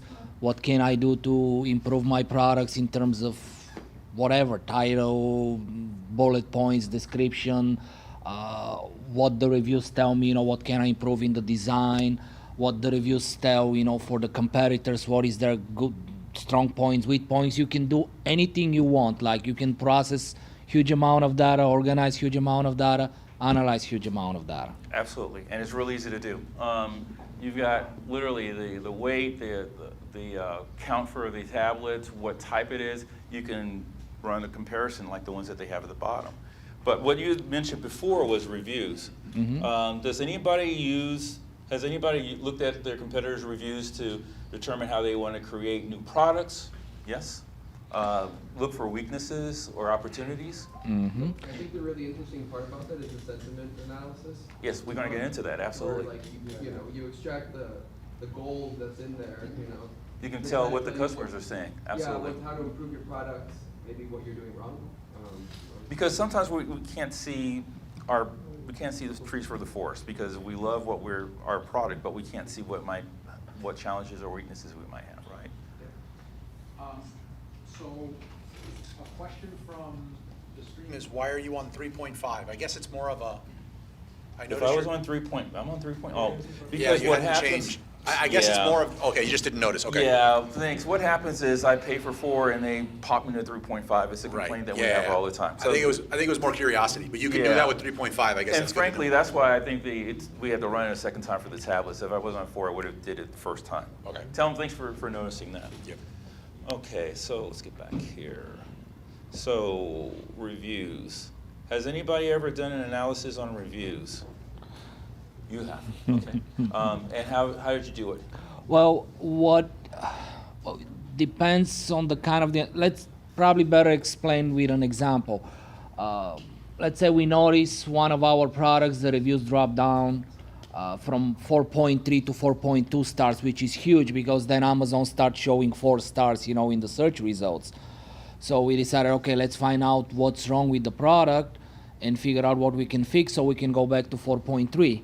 So I copy and paste all the reviews, and then you can prompt something like analyze those reviews, highlight the most common problems, things like that, and then it will just organize the data and summarize whatever you need to summarize. It's just How did you get the reviews? well, I use Helium 10, but you can even copy them from Amazon. I use Helium 10 to basically you can export all the reviews in a spreadsheet, the titles, the review tags, the stars, and date, everything, and you can just copy and paste, or you can even upload the Excel. Again, it's recommended if you copy and text and paste as a regular text, it's easier for ChatGPT to process it. It's not that it cannot process Excel, but I'm just trying to make it as easy as possible. Maybe 6 months down the road, it won't matter, but still, just trying to give it digested to ChatGPT. Absolutely. Has anybody done that before? Used Helium-10 for reviews? Yeah.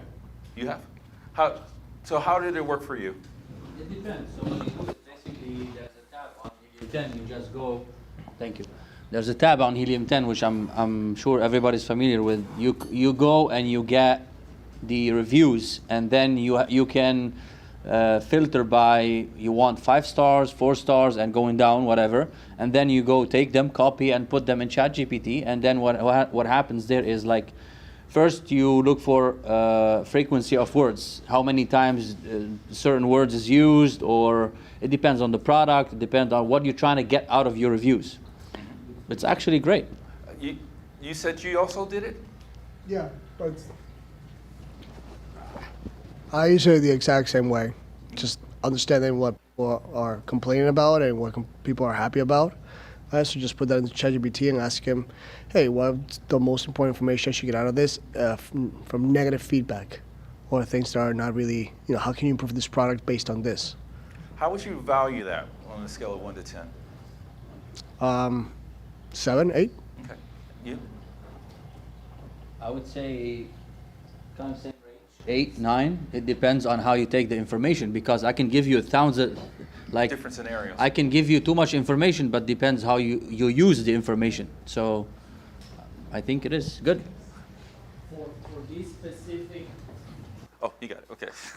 For this specific example, let's say analyzing reviews, I would rate it 7 or 8, because it can be also done manually, but it'll take a lot of time. And it's subject to your thoughts. Correct. So I would say 8, but for example, there are things that I cannot do, like writing a code, that I would say 10, depends, but it's a huge time saver, put it this way. So let me move on to that. Let me be clear. Is everybody familiar with Helium-10? Yeah, most people are. Okay. How many people are paying for a Helium-10? Okay. This extension that they're talking about is free. Did you guys know that? Yeah. Okay. Everybody knew that was free, right? The extension? I didn't know. Certain amount of usage No. of that tool before it makes you pay. Not as far as I know. You go to Chrome, you download the extension, and then you literally download all the reviews from your competitors. And what you can do is let me pop it in tab here. called Review Insight. Yeah, I can't seem to get it to work for me right now, but that's how it goes. Review Insight. Let's see if I can. You have to hit the extension. Sorry guys, I may have popped around a little bit. Give me just a second. In the meanwhile, did you know that Carlos knows how to salsa?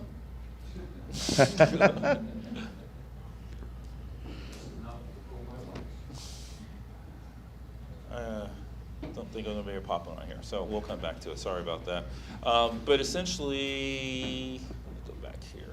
What prompt are you using for it? Like once you get the. Well, you can do a couple of things. I'll just go ahead and do it from scratch.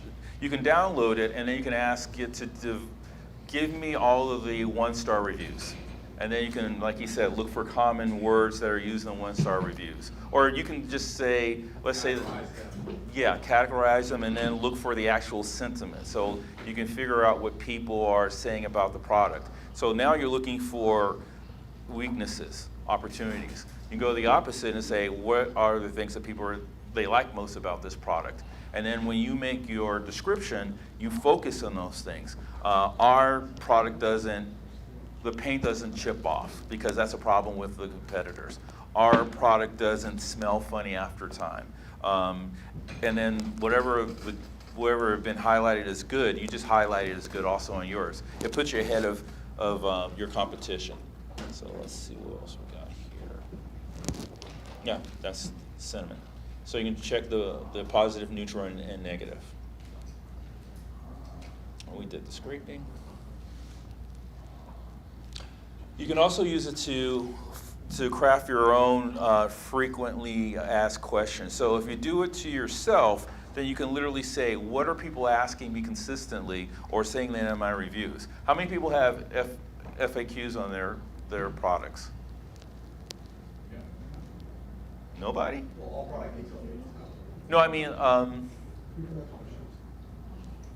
What I did with frequently asked questions recently, what I did, I hired a VA, is I attached it to where we get customer inquiries on our email and kind of read the emails to look for the most commonly asked questions that we get to sort of prioritize what sort of content should be created.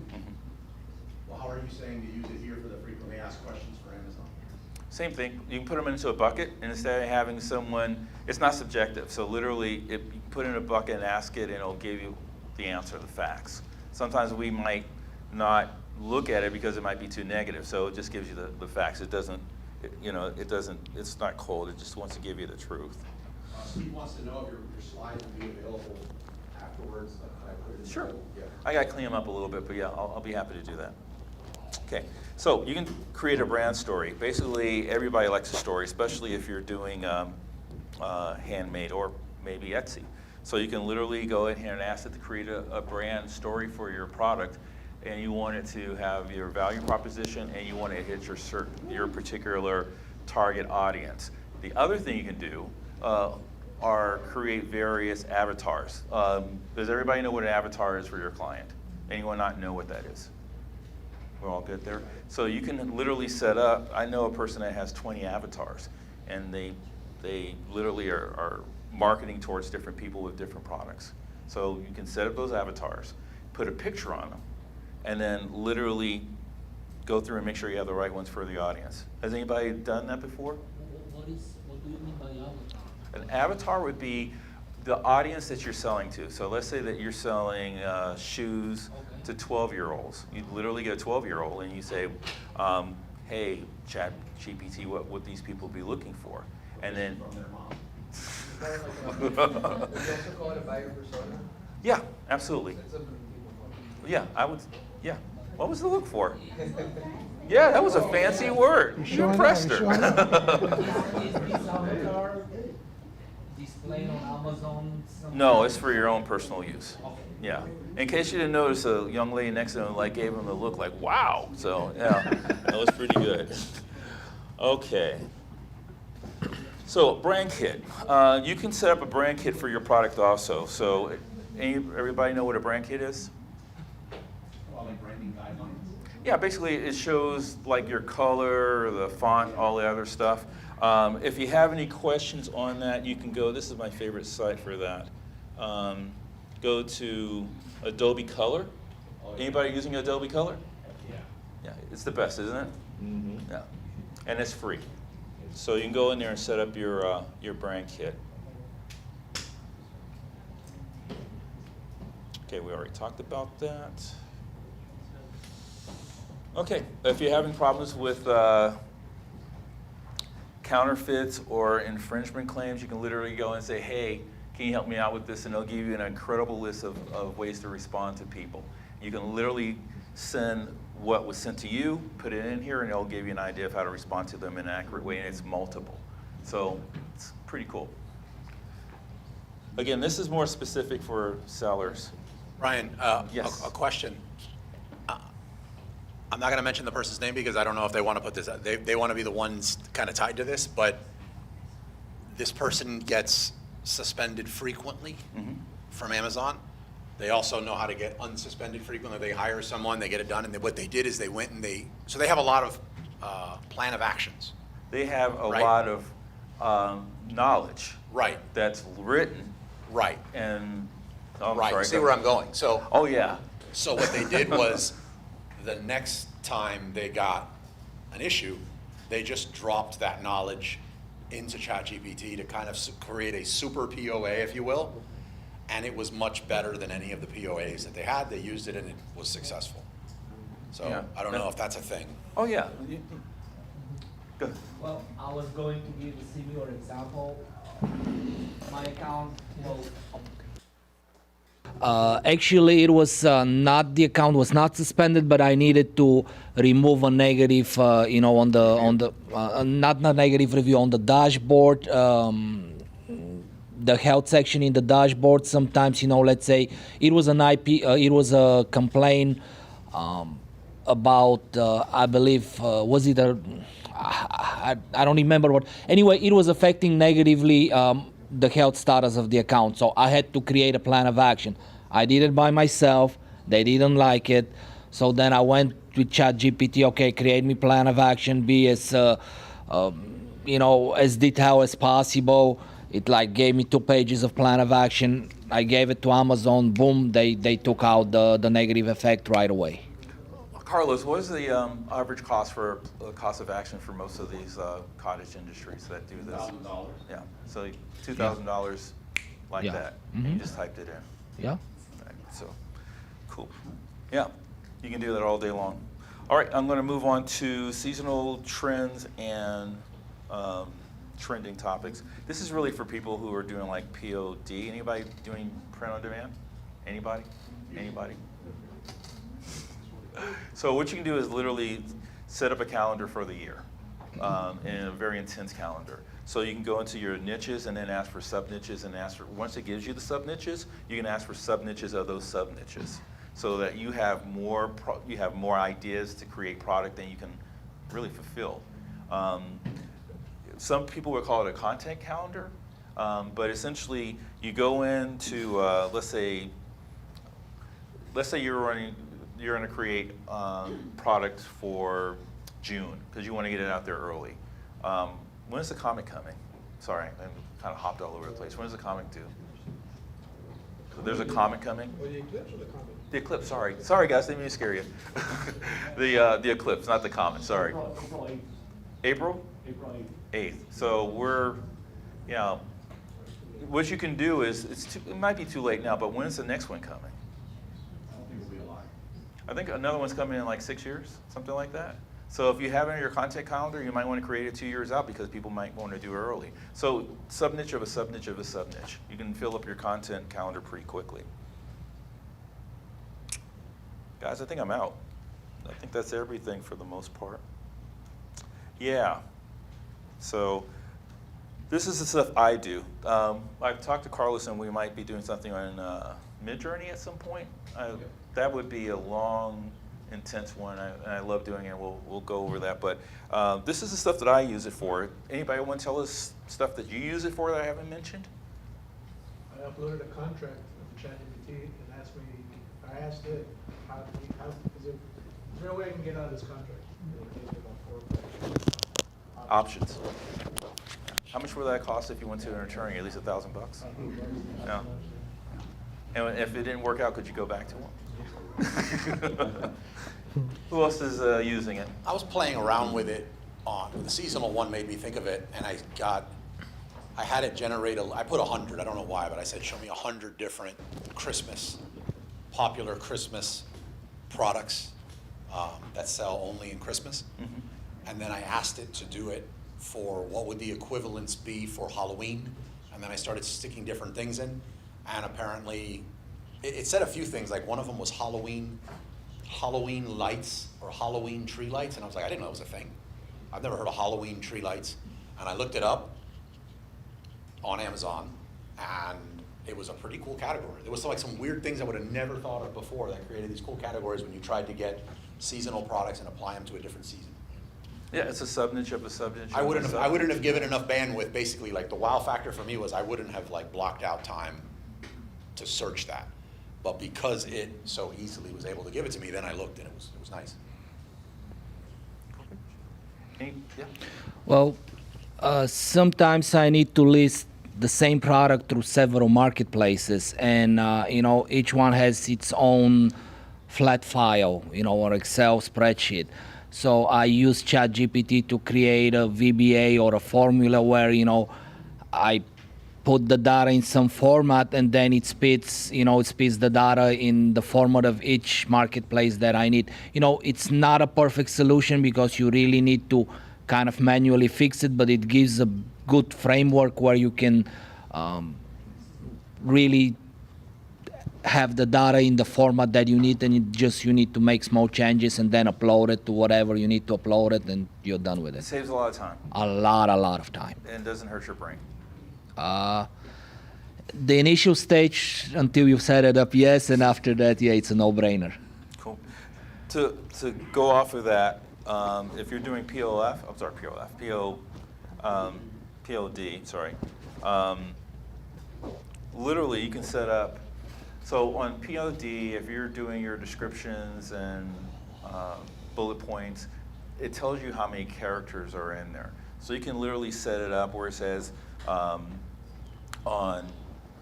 I want you to make a description for me, and then you put in all the different ones that you want. So you want one for Redbubble, which would be different than Etsy, etc. And you can fill it in. The only issue I've had is that the character count is not always accurate. So it might say 200, and it'll spit out 220. So I'll have to go in and check it. Well, you know, when I try to upload it, it won't work. But if you have multiple platforms, you got one T-shirt you want to send it to, you don't have to worry about kind of breaking it down all the time. Does that make sense? Yeah. Brian, a few things. One from the stream, Paul wants to know, is the ChatGPT AI chatbot app with chat and AI chatbot smart assistant are basically the same on the App Store, and which do you prefer? Oh, one more time? Yeah, it seems like a lot. Okay. So seems like there's 3 apps here. One of them is ChatGPT, then another one called AI chatbot or AI chatbot app with chat, and then the third one is AI chatbot smart assistant. Are they basically the same thing in the App Store? Which do you prefer? I think he's looking at the App Store and might be like evaluating. There's only one official one. Yeah, the one on the top that he mentioned was the one. The other ones are some kind of knockoff of some sort. So Probably yeah. charging you for the app, and they're just Or pulling from spying, the original. Who knows? But yeah, it's going to be the first one. Essentially, when he goes in to look for the one that says OpenAI. Yeah, you know, I got a question for me. I haven't had time to really invest a lot into this AI and ChatGPT specifically, but one of the things I keep hearing, and I just nod, what was it, fake it till you make it, we were talking about earlier, and I just nod like, yeah, that's super cool to do, is the whole training the bot thing. Do you do any of that, or what's the basics of it? Yeah, we can go over that. Yeah, so I want to keep it basic because, again, I wasn't basic, I don't feel so bad. It gets a little bit more advanced. Some stuff can really take you down a rabbit hole. Who's done GPTs? Oh, I thought Dan was going for it. No one's done. No one's done GPTs. What do you mean by done GPTs? So created a GPT. Oh no. Nobody really. And to be clear, I don't know if what I'm asking. It's a lot. It is a lot. To be clear, I don't know if what I'm asking is creating a GPT. I mean something that, let's say, that I can just feed it with a bunch of information, like say my podcast. I can feed it with my podcast episodes, and then I want it to become more knowledgeable with each episode based on the content that I supplied. Is that a GPT? It is. Okay, okay, good. Now that's what I'm saying. And that's complicated to do? No. Would you like to see it? I would. I thought I was like the only one here who hadn't done that, but apparently I'm in good company. You're in good company. So, let's see if we can do this real quick. So GPTs basically you can create. So imagine that you're going to create a chat GPT for doing your print on demand, and you've got 3 different formats. So instead of having to redo it over and over again, you can say, I want you to do these 3, fill them in, and then you can do as a GPT with specific guidelines as to how you want it to be done on a regular basis. The one thing I would say, because something weird is happening, is when you create custom GPTs, give it a different name than what you're actually doing, especially if it's Midjourney, because I've created a couple for Midjourney for myself, and I've got followers. And it's at me only, and I've got 30 people following me. So that's kind of freaky to me, because I could have had personal information in there, and I don't understand how that happened. And when I talked to ChatGPT, they said they don't understand how it's happening either, but they do see it. So let's see if we can figure this out real quick. I was going to try and impress you, but While you're doing it, okay. I'm curious. Elsa, media inspection, you guys use AI? Any artificial intelligence? Yes. And how are you using it with inspection? If you want to share. Yeah, we use ChatGPT to add some article. Oh, thank you. So China have some blocks to get into the ChatGPT, especially to Google or YouTube. But we use a VPN, means cross the visual wall to get into it. Okay. We use the ChatGPT to write some articles or tests lists or checklists about a certain products, or write some articles to send some FAQ or something like this. But we are trying to use the Midjourney to help us to create some images or even videos, something like this. Because besides the report, we also provide the inspection videos. That means each of the inspection, you can see a report and see the video about the product. But our videos now is different, several videos. We want to combine them together. And sometimes inspector speaker Chinese, and we want to make it to speak English with the ChatGPT directly. So it's easy for us to watch it. Actually get to understand the conversation that's happening between the inspector and the factory. Yeah. Right. So even though the inspector is the speaker Chinese, they also have very interesting things. Some factories, they are very good to demonstrate a product in Chinese, but once they want to explain it in English, then it will be much, much worse. So now we have this technology to let them to explain this product in Chinese freely and use the this AI tools to show it in English. So we are working on this and hope to get you guys some convenience. Yes. Okay. Is the translator going to be accurate? Basically, very accurately, the percentage we check it is like 75 to 80%, and we can do some adjustment afterwards. Yes. Yeah. With the China version, if you go through the wall you mentioned, Yeah. is you guys able to use the 4.0 or is the free version? Both we can. Just if we want to use the 4.0, we need a credit card, which can be, yeah. Yes. I think I can get some claps. Okay, thank you. Oh, yeah. If you don't mind, another way to use ChatGPT, which is pretty easy and straightforward. Let's say sometimes I had to write emails to some people from other companies that really needs to be well-taught, well-structured emails. English my second language. Even if it wasn't, for you to write an email, it takes time and thought. So I'll just write what I want to convey, dump it to ChatGPT and say, okay, I want you to fix this text, keep it simple, keep it, to the point, structure. I need to be polite, I need to be forceful, I need to be whatever you need to get out of it. And it's usually, it's very quick, very good, it's just a lot of important communications I run through ChatGPT first if I want, to be well-structured and well-written. Absolutely. When you write a letter, you can set the tone. You can get an email and you can ask it like, hey, this is the email that came to me. What's the tone? And then respond to a way that's appropriate.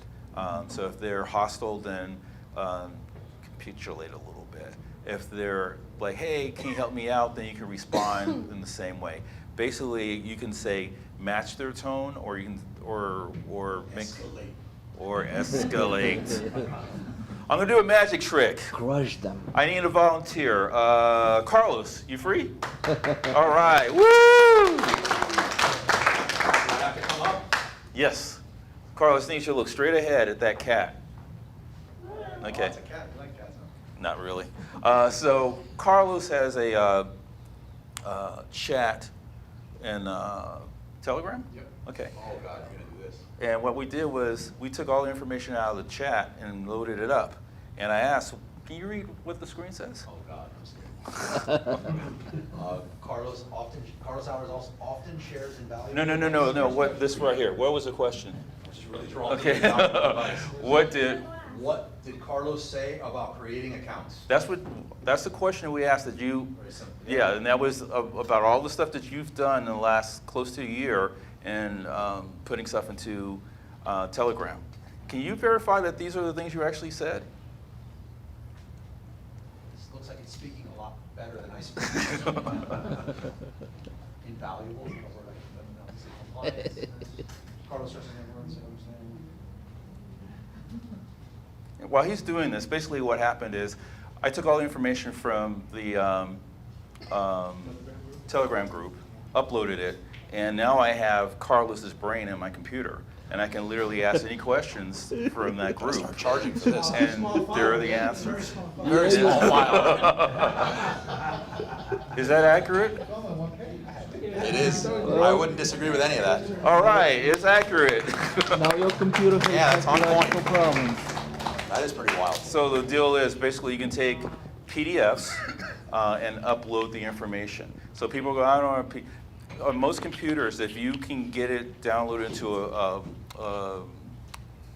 I see the word, a Word file. You go to where it would say print, right? And instead of hitting print, you push PDF. You've got a PDF. You upload it, and then you've got their brain. So if you ask something here, what if you fed it more information? Well, are there other people in the group that Here? contribute in that group? That Go- contribute? Yeah, type in another question in there and see what it says. How do you get approved for the Amazon influencer program? Pretty what?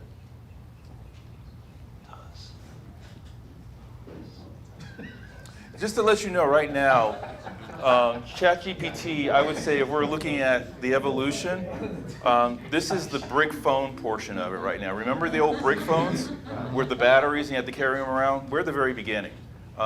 Yes? What is the main difference between this one, the 3.5, which is the paid one, right? Right. Versus the free one that everybody's playing with? I mean, what are the main differences? Honestly, I don't mess with the 3.5, and I paid from like day one, but the 3.5 it tends to be more general. Like when I typed in the information for that text, for the Not the baseball. spreadsheet, I was surprised they didn't give me the right answer right away. Wanna see if It it would have grabs it, been on right? point with everything there. It also gives you access to GPTs, which are not available in the 3.5. And I don't know anybody else. Dolly, that can and validate also and say, yes, that's plugins, not which I don't use as much because you kind of create your own plugins. The one thing about plugins, you can go and see what a plugin is and just ask it to do what the plugins are doing and customize it. Well, another thing is Can you see it? the 4.0. You can upload Excel spreadsheets. You can analyze images. While the free version, I don't think you can do that. Not yet. So if you want to upload a spreadsheet and analyze or create a spreadsheet, the 4.0 has the capability. The free version does not. It's just text. Is it slower though when it processes all that information? Well, the 4.0 is slower because it's more powerful. It takes time What do to you think of this? process, but Is in this a way pretty it's cool? good. You know, it's 2 seconds extra. Who cares? You know, but you get better. It's just as fast as the free version. Well, it's slower than the free version because it processes more information.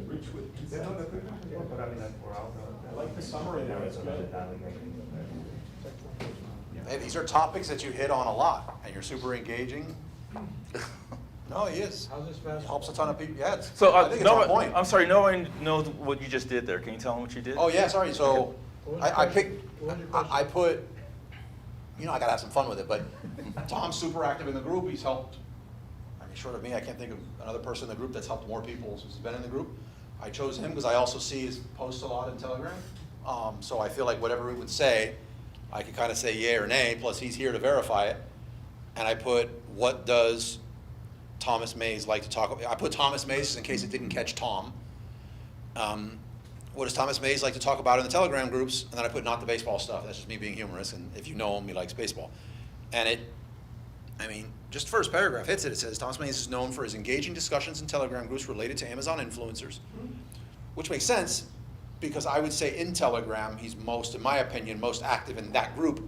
The other ones, right? So that's why it didn't hit on any, it didn't mention the other groups, which is right, he's in them, but he's not active, right? Focusing primarily on content strategy, niche selection, and leveraging Amazon Live. Amazon Live's the only one there that I was like, it might be Amazon Influencer Program, but recently, I don't know, did you bring up anything about Amazon Live? Right.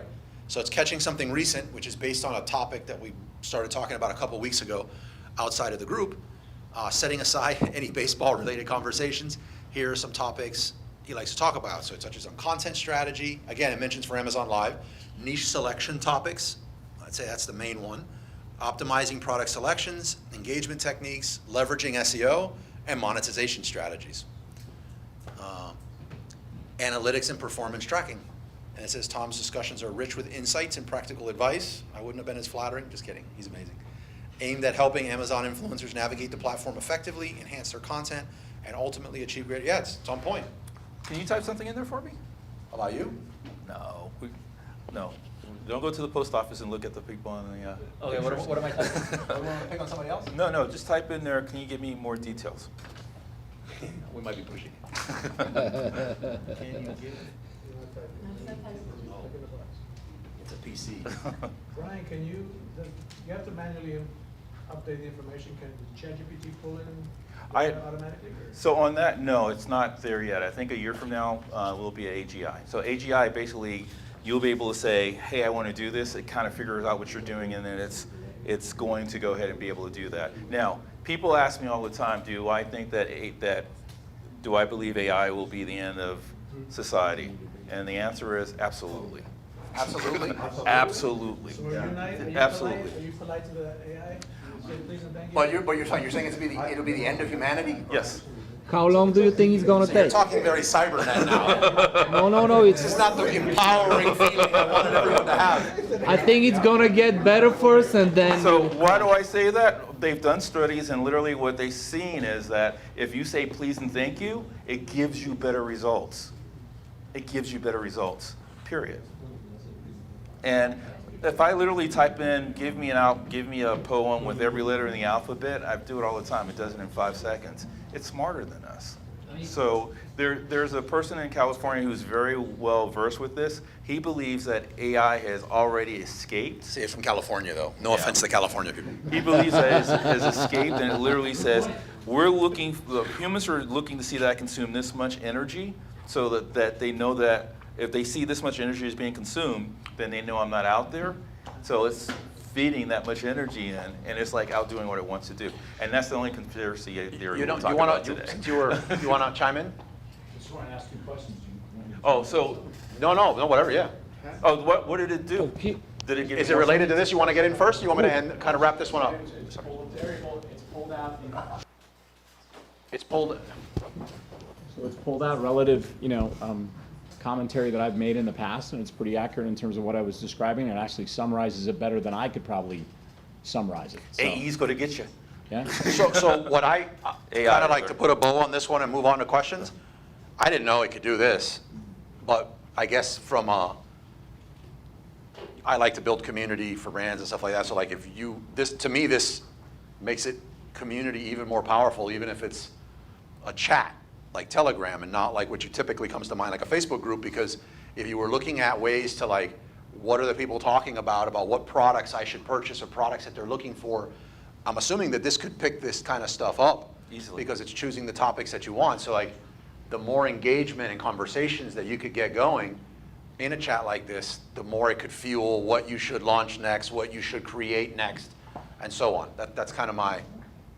Could you upload all of Amazon's TOS, terms of services in there and ask it? I'm going to say yes. Oh, yeah. Yeah, that would be Yeah. fairly easy. Yeah. I think they even give it to you in a PDF form, so it'd be stupid easy. Yeah, PDFs are all over the place, and yeah, you can put it in there, and then you can ask questions. It's not always going to be accurate because, interpretation of TOS can be different. You want me to bow out from here, or do you want to stay up here with you? Tom?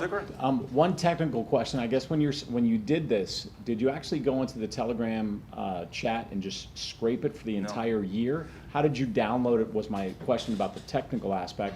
And then number two, if you were going to do this for someone's YouTube channel, so let's say if you scrape YouTube channels, you really just are going to get that kind of subtopic stuff like person, views, etc. So I guess you would have to go in there, ask it to pull out the script and then No. copy the scripts? How would you do that? So So let me- there's my two things. No for you. worries, I'll answer both. So on the Telegram? On Telegram, I did it a month ago. So basically there's something at the top that basically says, would you like to download the conversations? And I've never been able to find that, by the way. I looked. Yeah, maybe that's what it was. I couldn't find it. Okay. And it's on my list of things like ask Brian, because this was a long time ago when we first saw it. And I was like, ask Brian where this is, because I couldn't even find it. Oh yeah, because I told you about it. Yeah, Right. you told me a long time ago, but you recently did it. Yeah, basically, I clicked it and it gave me all the conversations. So the group's conversations were more concentrated when it first opened up until maybe the middle of, I want to say, July. Like you guys were doing it like crazy, talking like crazy. Then it slowed down. So it gave me 2 PDFs. And we're talking about a span of 30 seconds. Boom, boom. I uploaded this, and then this was created in probably, let's say 5 minutes. I'm sorry to be technical, but when you No, say no, be when as you technical as you can. When you say upload it, what does that mean? Do you open up the PDF, copy and paste it, and then No. stick it in? No, I click on this little, Okay, got it. this The paper clip, okay, and then I just upload it. okay, As we do with the PLMA catalog. okay, got it. Yeah, I just upload it. Literally download it, went and found it, and then uploaded it, and then I gave it some instructions. Like I wanted a tone, I wanted to be informational, I wanted to be professional, and then that was pretty much it. Very light stuff. Just I wanted it to be formatted in a way that made sense for us. And you did it for the Amazon influencer chat. Yeah. Yeah, so that's. And then for YouTube channels, what would you do? That's even easier. All you need is a URL. Anybody doing that? Really? Yeah. Right, but we've done it with the URL, but what specifically are you trying to get? I guess. Tone, theme, topic. Let's do that. Yeah, you can get that. I've done that, but what I thought you were getting at that I really want is, I would love to see the comments that came from the video. I've never asked it for that, and when you were asking now, I thought that's where you were going. One more time, I'm sorry. Is it smart enough to read the transcript from YouTube or? Oh, 100%. That's what it's reading. Yes. Yeah, it's.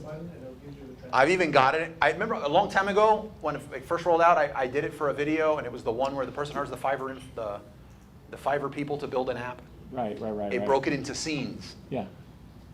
Well, there's an app to do that to scrape a YouTube video from ChatGPT. That's what you're referring to, right? Yes. Okay. So let me spend But you know what? The last time I went in there, it was like video insights, and now you're saying plugins might not work, so I don't know. I haven't done it in a while. Plugins still work. It's just. Another very practical use, if you have a brand, some of the negative reviews are eligible for removal if they're against Amazon terms of services. Let's say somebody complains it didn't get delivered by UPS or something like that. You can analyze the reviews with ChatGPT and say, pull out the reviews. First you gotta feed the terms of services. You gotta know what the terms are, and then ask out of all those, all the reviews with Helium and all the negative reviews, let's say 3, 2, and 1 stars, and then ask ChatGPT, based on the terms of services, find reviews that are eligible for removal. And next, tell me, then you can ask them to write a case and you send it to Amazon. Oh. The only problem is Amazon, they don't remove reviews as much as. While Brian's looking this up, I've noticed you've had a lot of helpful tips today. You've been selling for a while, yes? Oh, yeah. Yeah. I work in a company, we have a vendor central, and I do also have my own little. Service provider. thing, So we can talk after. Sure. Yeah, let's definitely talk. I was curious, actually, it was quick, it's actually a good point that he said. I was curious to ask if anybody was able to remove negative reviews from Amazon, because it would be, I was able to remove one, but a specific one. I'm sure it's not gonna be removing everything, because. No, first it'll help you to filter out those reviews. Sure, which sure. are eligible based on the terms of services you gotta, first it needs to understand what the terms of services are. And then based on that, you know all the reviews, and it will tell you, let's say out of those 100 negative reviews, those 5 are eligible for removal. Doesn't mean they're gonna get removed, but at least you have a shot. And then when you open the case, you can even ask specifically, write the case for me, that's the review, that's the term. Then you can be even more granular, specific for these specific review. The only problem is now it's a different department that removes the reviews, and because so many people have been doing it lately, now they don't remove reviews even though they're eligible, you know. Hold on. Yeah, that's what I was gonna say. I did it in a different way. I was able to remove one, but what I did is first I went to Amazon. I asked them to remove a review, and then they gave me the answer. And then I copied the answer, and then I went to ChatGPT. I gave them the answer of Amazon, and I gave them the policy that they said they will not be removing it instead of whatever terms they use. Amazon gave you the answer, you open a case, or how did you get the Yeah, answer? I asked for them to, like, I kind of complained to Amazon. I report, like, hey guys, I would like to remove this review. So Amazon comes back to you saying, like, Amazon remove reviews in a certain, if there is certain terms.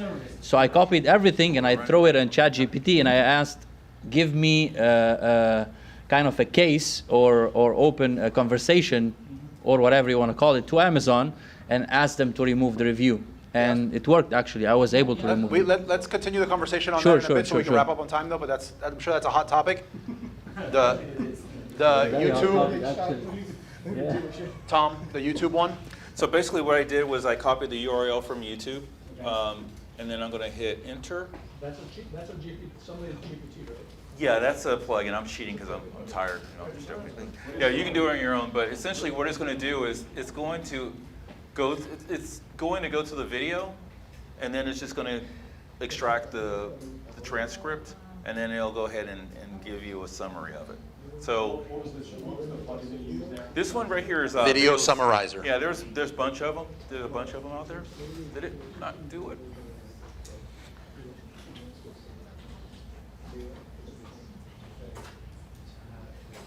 Some of these are a little slow.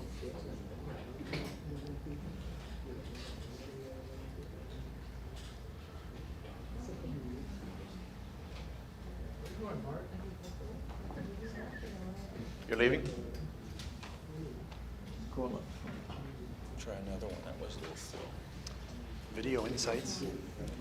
Actually, this is the one I use all the time. It should work fine. TubeSum. So you think this is going to be like the new App Store? I don't know, because it's changing all the time. So, like, a lot of people invest in plugins, and now plugins people just don't use them as much. Okay, so right now it's going through and it's extracting the transcript, and it's essentially summarizing it, and we'll have it here. So this is talking about Anthropic, which is competition to ChatGPT, Claude 3. Did she step out? Who? She had asked a question about ChatGPT. No worries. So this is the competition to ChatGPT, and it's basically giving me a breakdown of what he said in the video. So instead of me having to go through a 30-minute video, I've got a summary of it. I can just go through and it's done. That's what Tom was asking about, right? Yeah. You can summarize the long video, you don't have to kind of just fit it. You got a 40-minute, this is a 40-minute video, and this is a summary of everything they said. Can I ask it something? On that video, absolutely. These are the ingredients. What kind of cake do you want to make? A script of this video. How about a structure? Certainly. The script structure, Yes, it's going in. Are you watching it on the stream? So now it's giving you the entire script. Opening shot. Yeah, so it looks like it's doing it by scene. Brian, we were trying to analyze thumbnails with YouTube, right? Trying to do it in part, right? So if you figure out what the thumbnails that are generating the most views, because that's what clicks on YouTube videos, and that goes also from the image listings on Amazon as well. So if we can figure out what the top sellers are using as their main images too, I think that's where my head is going with this. Do you have, off topic, do you have Midjourney? I do. Are you using the new Describe in it? Yes. Take that information and throw it in here. So get the describe from the image, put it in here. I'll get the Describe from Midjourney and then throw it in here, and that might help. Yeah, if it doesn't, you know, is hop on. And by the way, guys, there's a How does it compare and be able to pull, like if I have 5 different main images and I wanted to say, what are the best, what's the theme, you know? I would go ahead and put them in there and then put them into a tablet and ask it to compare. I'm just spitballing right now. Yeah, I'm spitballing. That might work. Hearing your question, it made me think about, I've not done this, but when we were learning about hierarchy of a thumbnail, I wonder if you could just get a thumbnail and say, what's the order of the hierarchy here in this thumbnail? So if you were creating one and you wanted money to be up front, you'd be like, is the hierarchy, I don't know, like maybe asking that way? It's all about prompts. Yeah. So it broke down the script, and then I just asked it randomly how many scenes, and it put the script is structured into 10 distinct scenes. So I guess even for like, if you wanted to, it looks good. Can you ask it how much B-roll, how many scenes of B-roll it had in there? Go ahead. But the deal is, if you see something that you really like, let's say you're going to copy Mr. Beast's format. Literally, you're getting into areas, I don't know what B-roll is. What is a B-roll? Because I hear it all the time. B-roll is like stock footage of something. Okay. So if you were going to say, you know, I like to fly airplanes, and then there's a picture of an airplane, you know, as you're talking about this. If you literally downloaded his video, it'll give you the structure, and then you can just niche down, niche down, niche down. Then you take 4 of them, upload it into your GPT, and then ask it to give you structure for your own stuff. But you want to, you know, tweak it a little bit. Yeah, it gives a break. It's not giving me a number of how many types, how many instances of B-roll yet, but it is breaking down. You'd have to count it, but it breaks. It's 10. Yeah, it is. And this is 10 and a breakdown of like randomly. The 4th one, they call it performance benchmarks, graphs, charts, and animations showcasing Clad 3's performance metrics against ChatGPT 4 and Gemini 1.0 Ultra, highlighting the benchmarks where Clad 3 excels. So if you wanted to go to a designer and be like, create me a graph of blah. So in that sense, I think yes. I mean, I think if you're going to emulate someone's channel, right? Right. Sure. It would tell you. Well, you can actually just go ahead and do it. You go over here to, on ChatGPT 4, you go into your settings or customization. And then the first one's going to be custom. Who am I? What do I do? Where you live? That type of stuff. But the second one, you can literally say, make my videos look like XYZ. And it'll, well, give me information that's going to emulate this person. So if you, let's say that you love Dave Barry, you want to write in that style, and you're writing something, it will write in the style of Dave Barry or Stephen King or I get confused. What's the difference between Star Wars and Star Trek? Oh. No.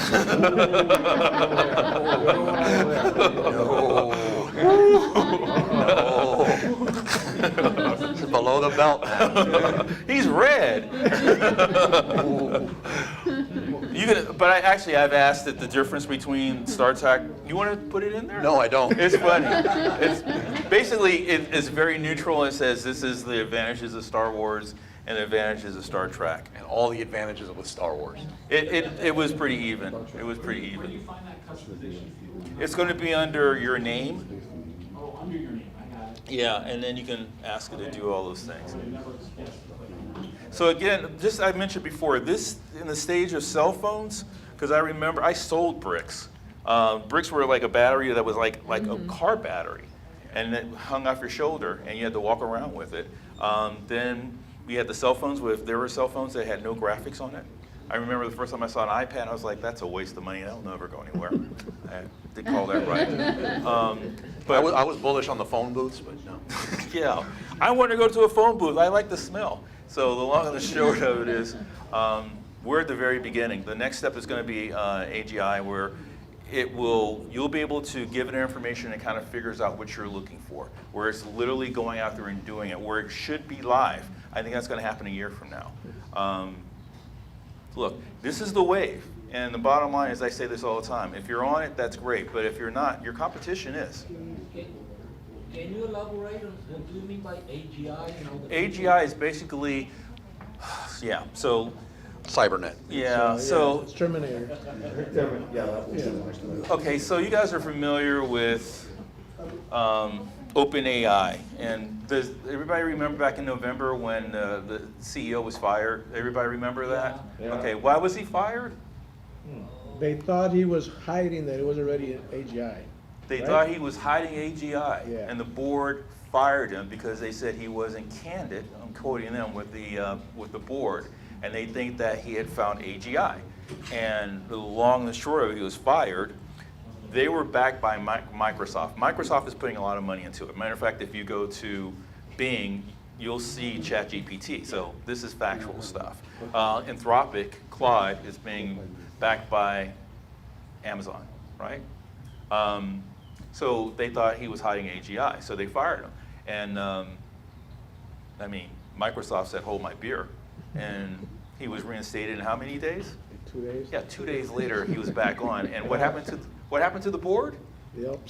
They got fired. They're missing. So the long and the short of it is, and that was the end of it. And nobody's talking about it because I believe that he probably got really close to AGI, didn't tell them, they got pissed. And AGI is going to probably be out in a year from now. Yeah, for all intents and purposes, it might be even sooner than that. But And AGI again though is, it is literally you say, hey, this is what I want. It'll ask you questions, and it'll find ways of getting stuff that you probably would not have thought of. Like it will just take less information. It will be essentially independent. It's sentient, or is sentient. Sentient, yeah, yeah. That's what it is in this very primitive form. Yeah, that's what it will be. It will have to be less specific. So let's say right now, if the prompt is not specific enough, it will still answer, but basically there will be no value. But with the AGI, you can be less specific. It can figure out what really is going on. It's like, I know what you mean. I'll take care of it. I got your back. Yeah, I feel like ChatGPT right now just magnifies you. Right. So if you create mediocre content and stuff, it allows you to create more mediocre stuff. I would say garbage in, garbage out. Garbage out with less scent. With actually perfume on it. So it's like you put your crap in, it comes out as crap, but it's not as bad as what you put in. Yeah. So but if you're, that's my thing. If you have if you're a creator and a seller, or you do PPC or different data, and you're really good at it, this is just going to be an amazing assistant. It might make you even better, or be able to do more of what you do amazing. I agree. Yeah, I can show that to you real quick. Everybody okay for another 5 minutes? You don't have access to Sora, do you? I'm like, wait a minute. Of course I do. No, I don't. Wait a minute. Yeah, I would be the man if that was the case. Who's heard of Sora? Who's seen Sora? Is that a drink? That's a great name. Whenever I can get the name on that one. Sora. It's what is it? S-O-R-A? S-O-R-A. Okay. It's Sora's white. I want a video of a puppy chasing. So Sora is going to be text to AI. It's going to be coming out sometime this year. Right now it's in beta. It's not released to the public. But No, not really. No, that's not it. S-O-A-I, right? Oh, let me spell it. Who right. owns this one? Open AI. You don't believe me when I tell you that it's going to happen. That what's going to happen? What is it again? S-O-A-I? No, you got it right. Just type in Sora space open. And I don't believe what's going to happen. The end of the world, my friend. End of the world. Yes. Nah. I think we're just getting warmed up. What's going on here? Open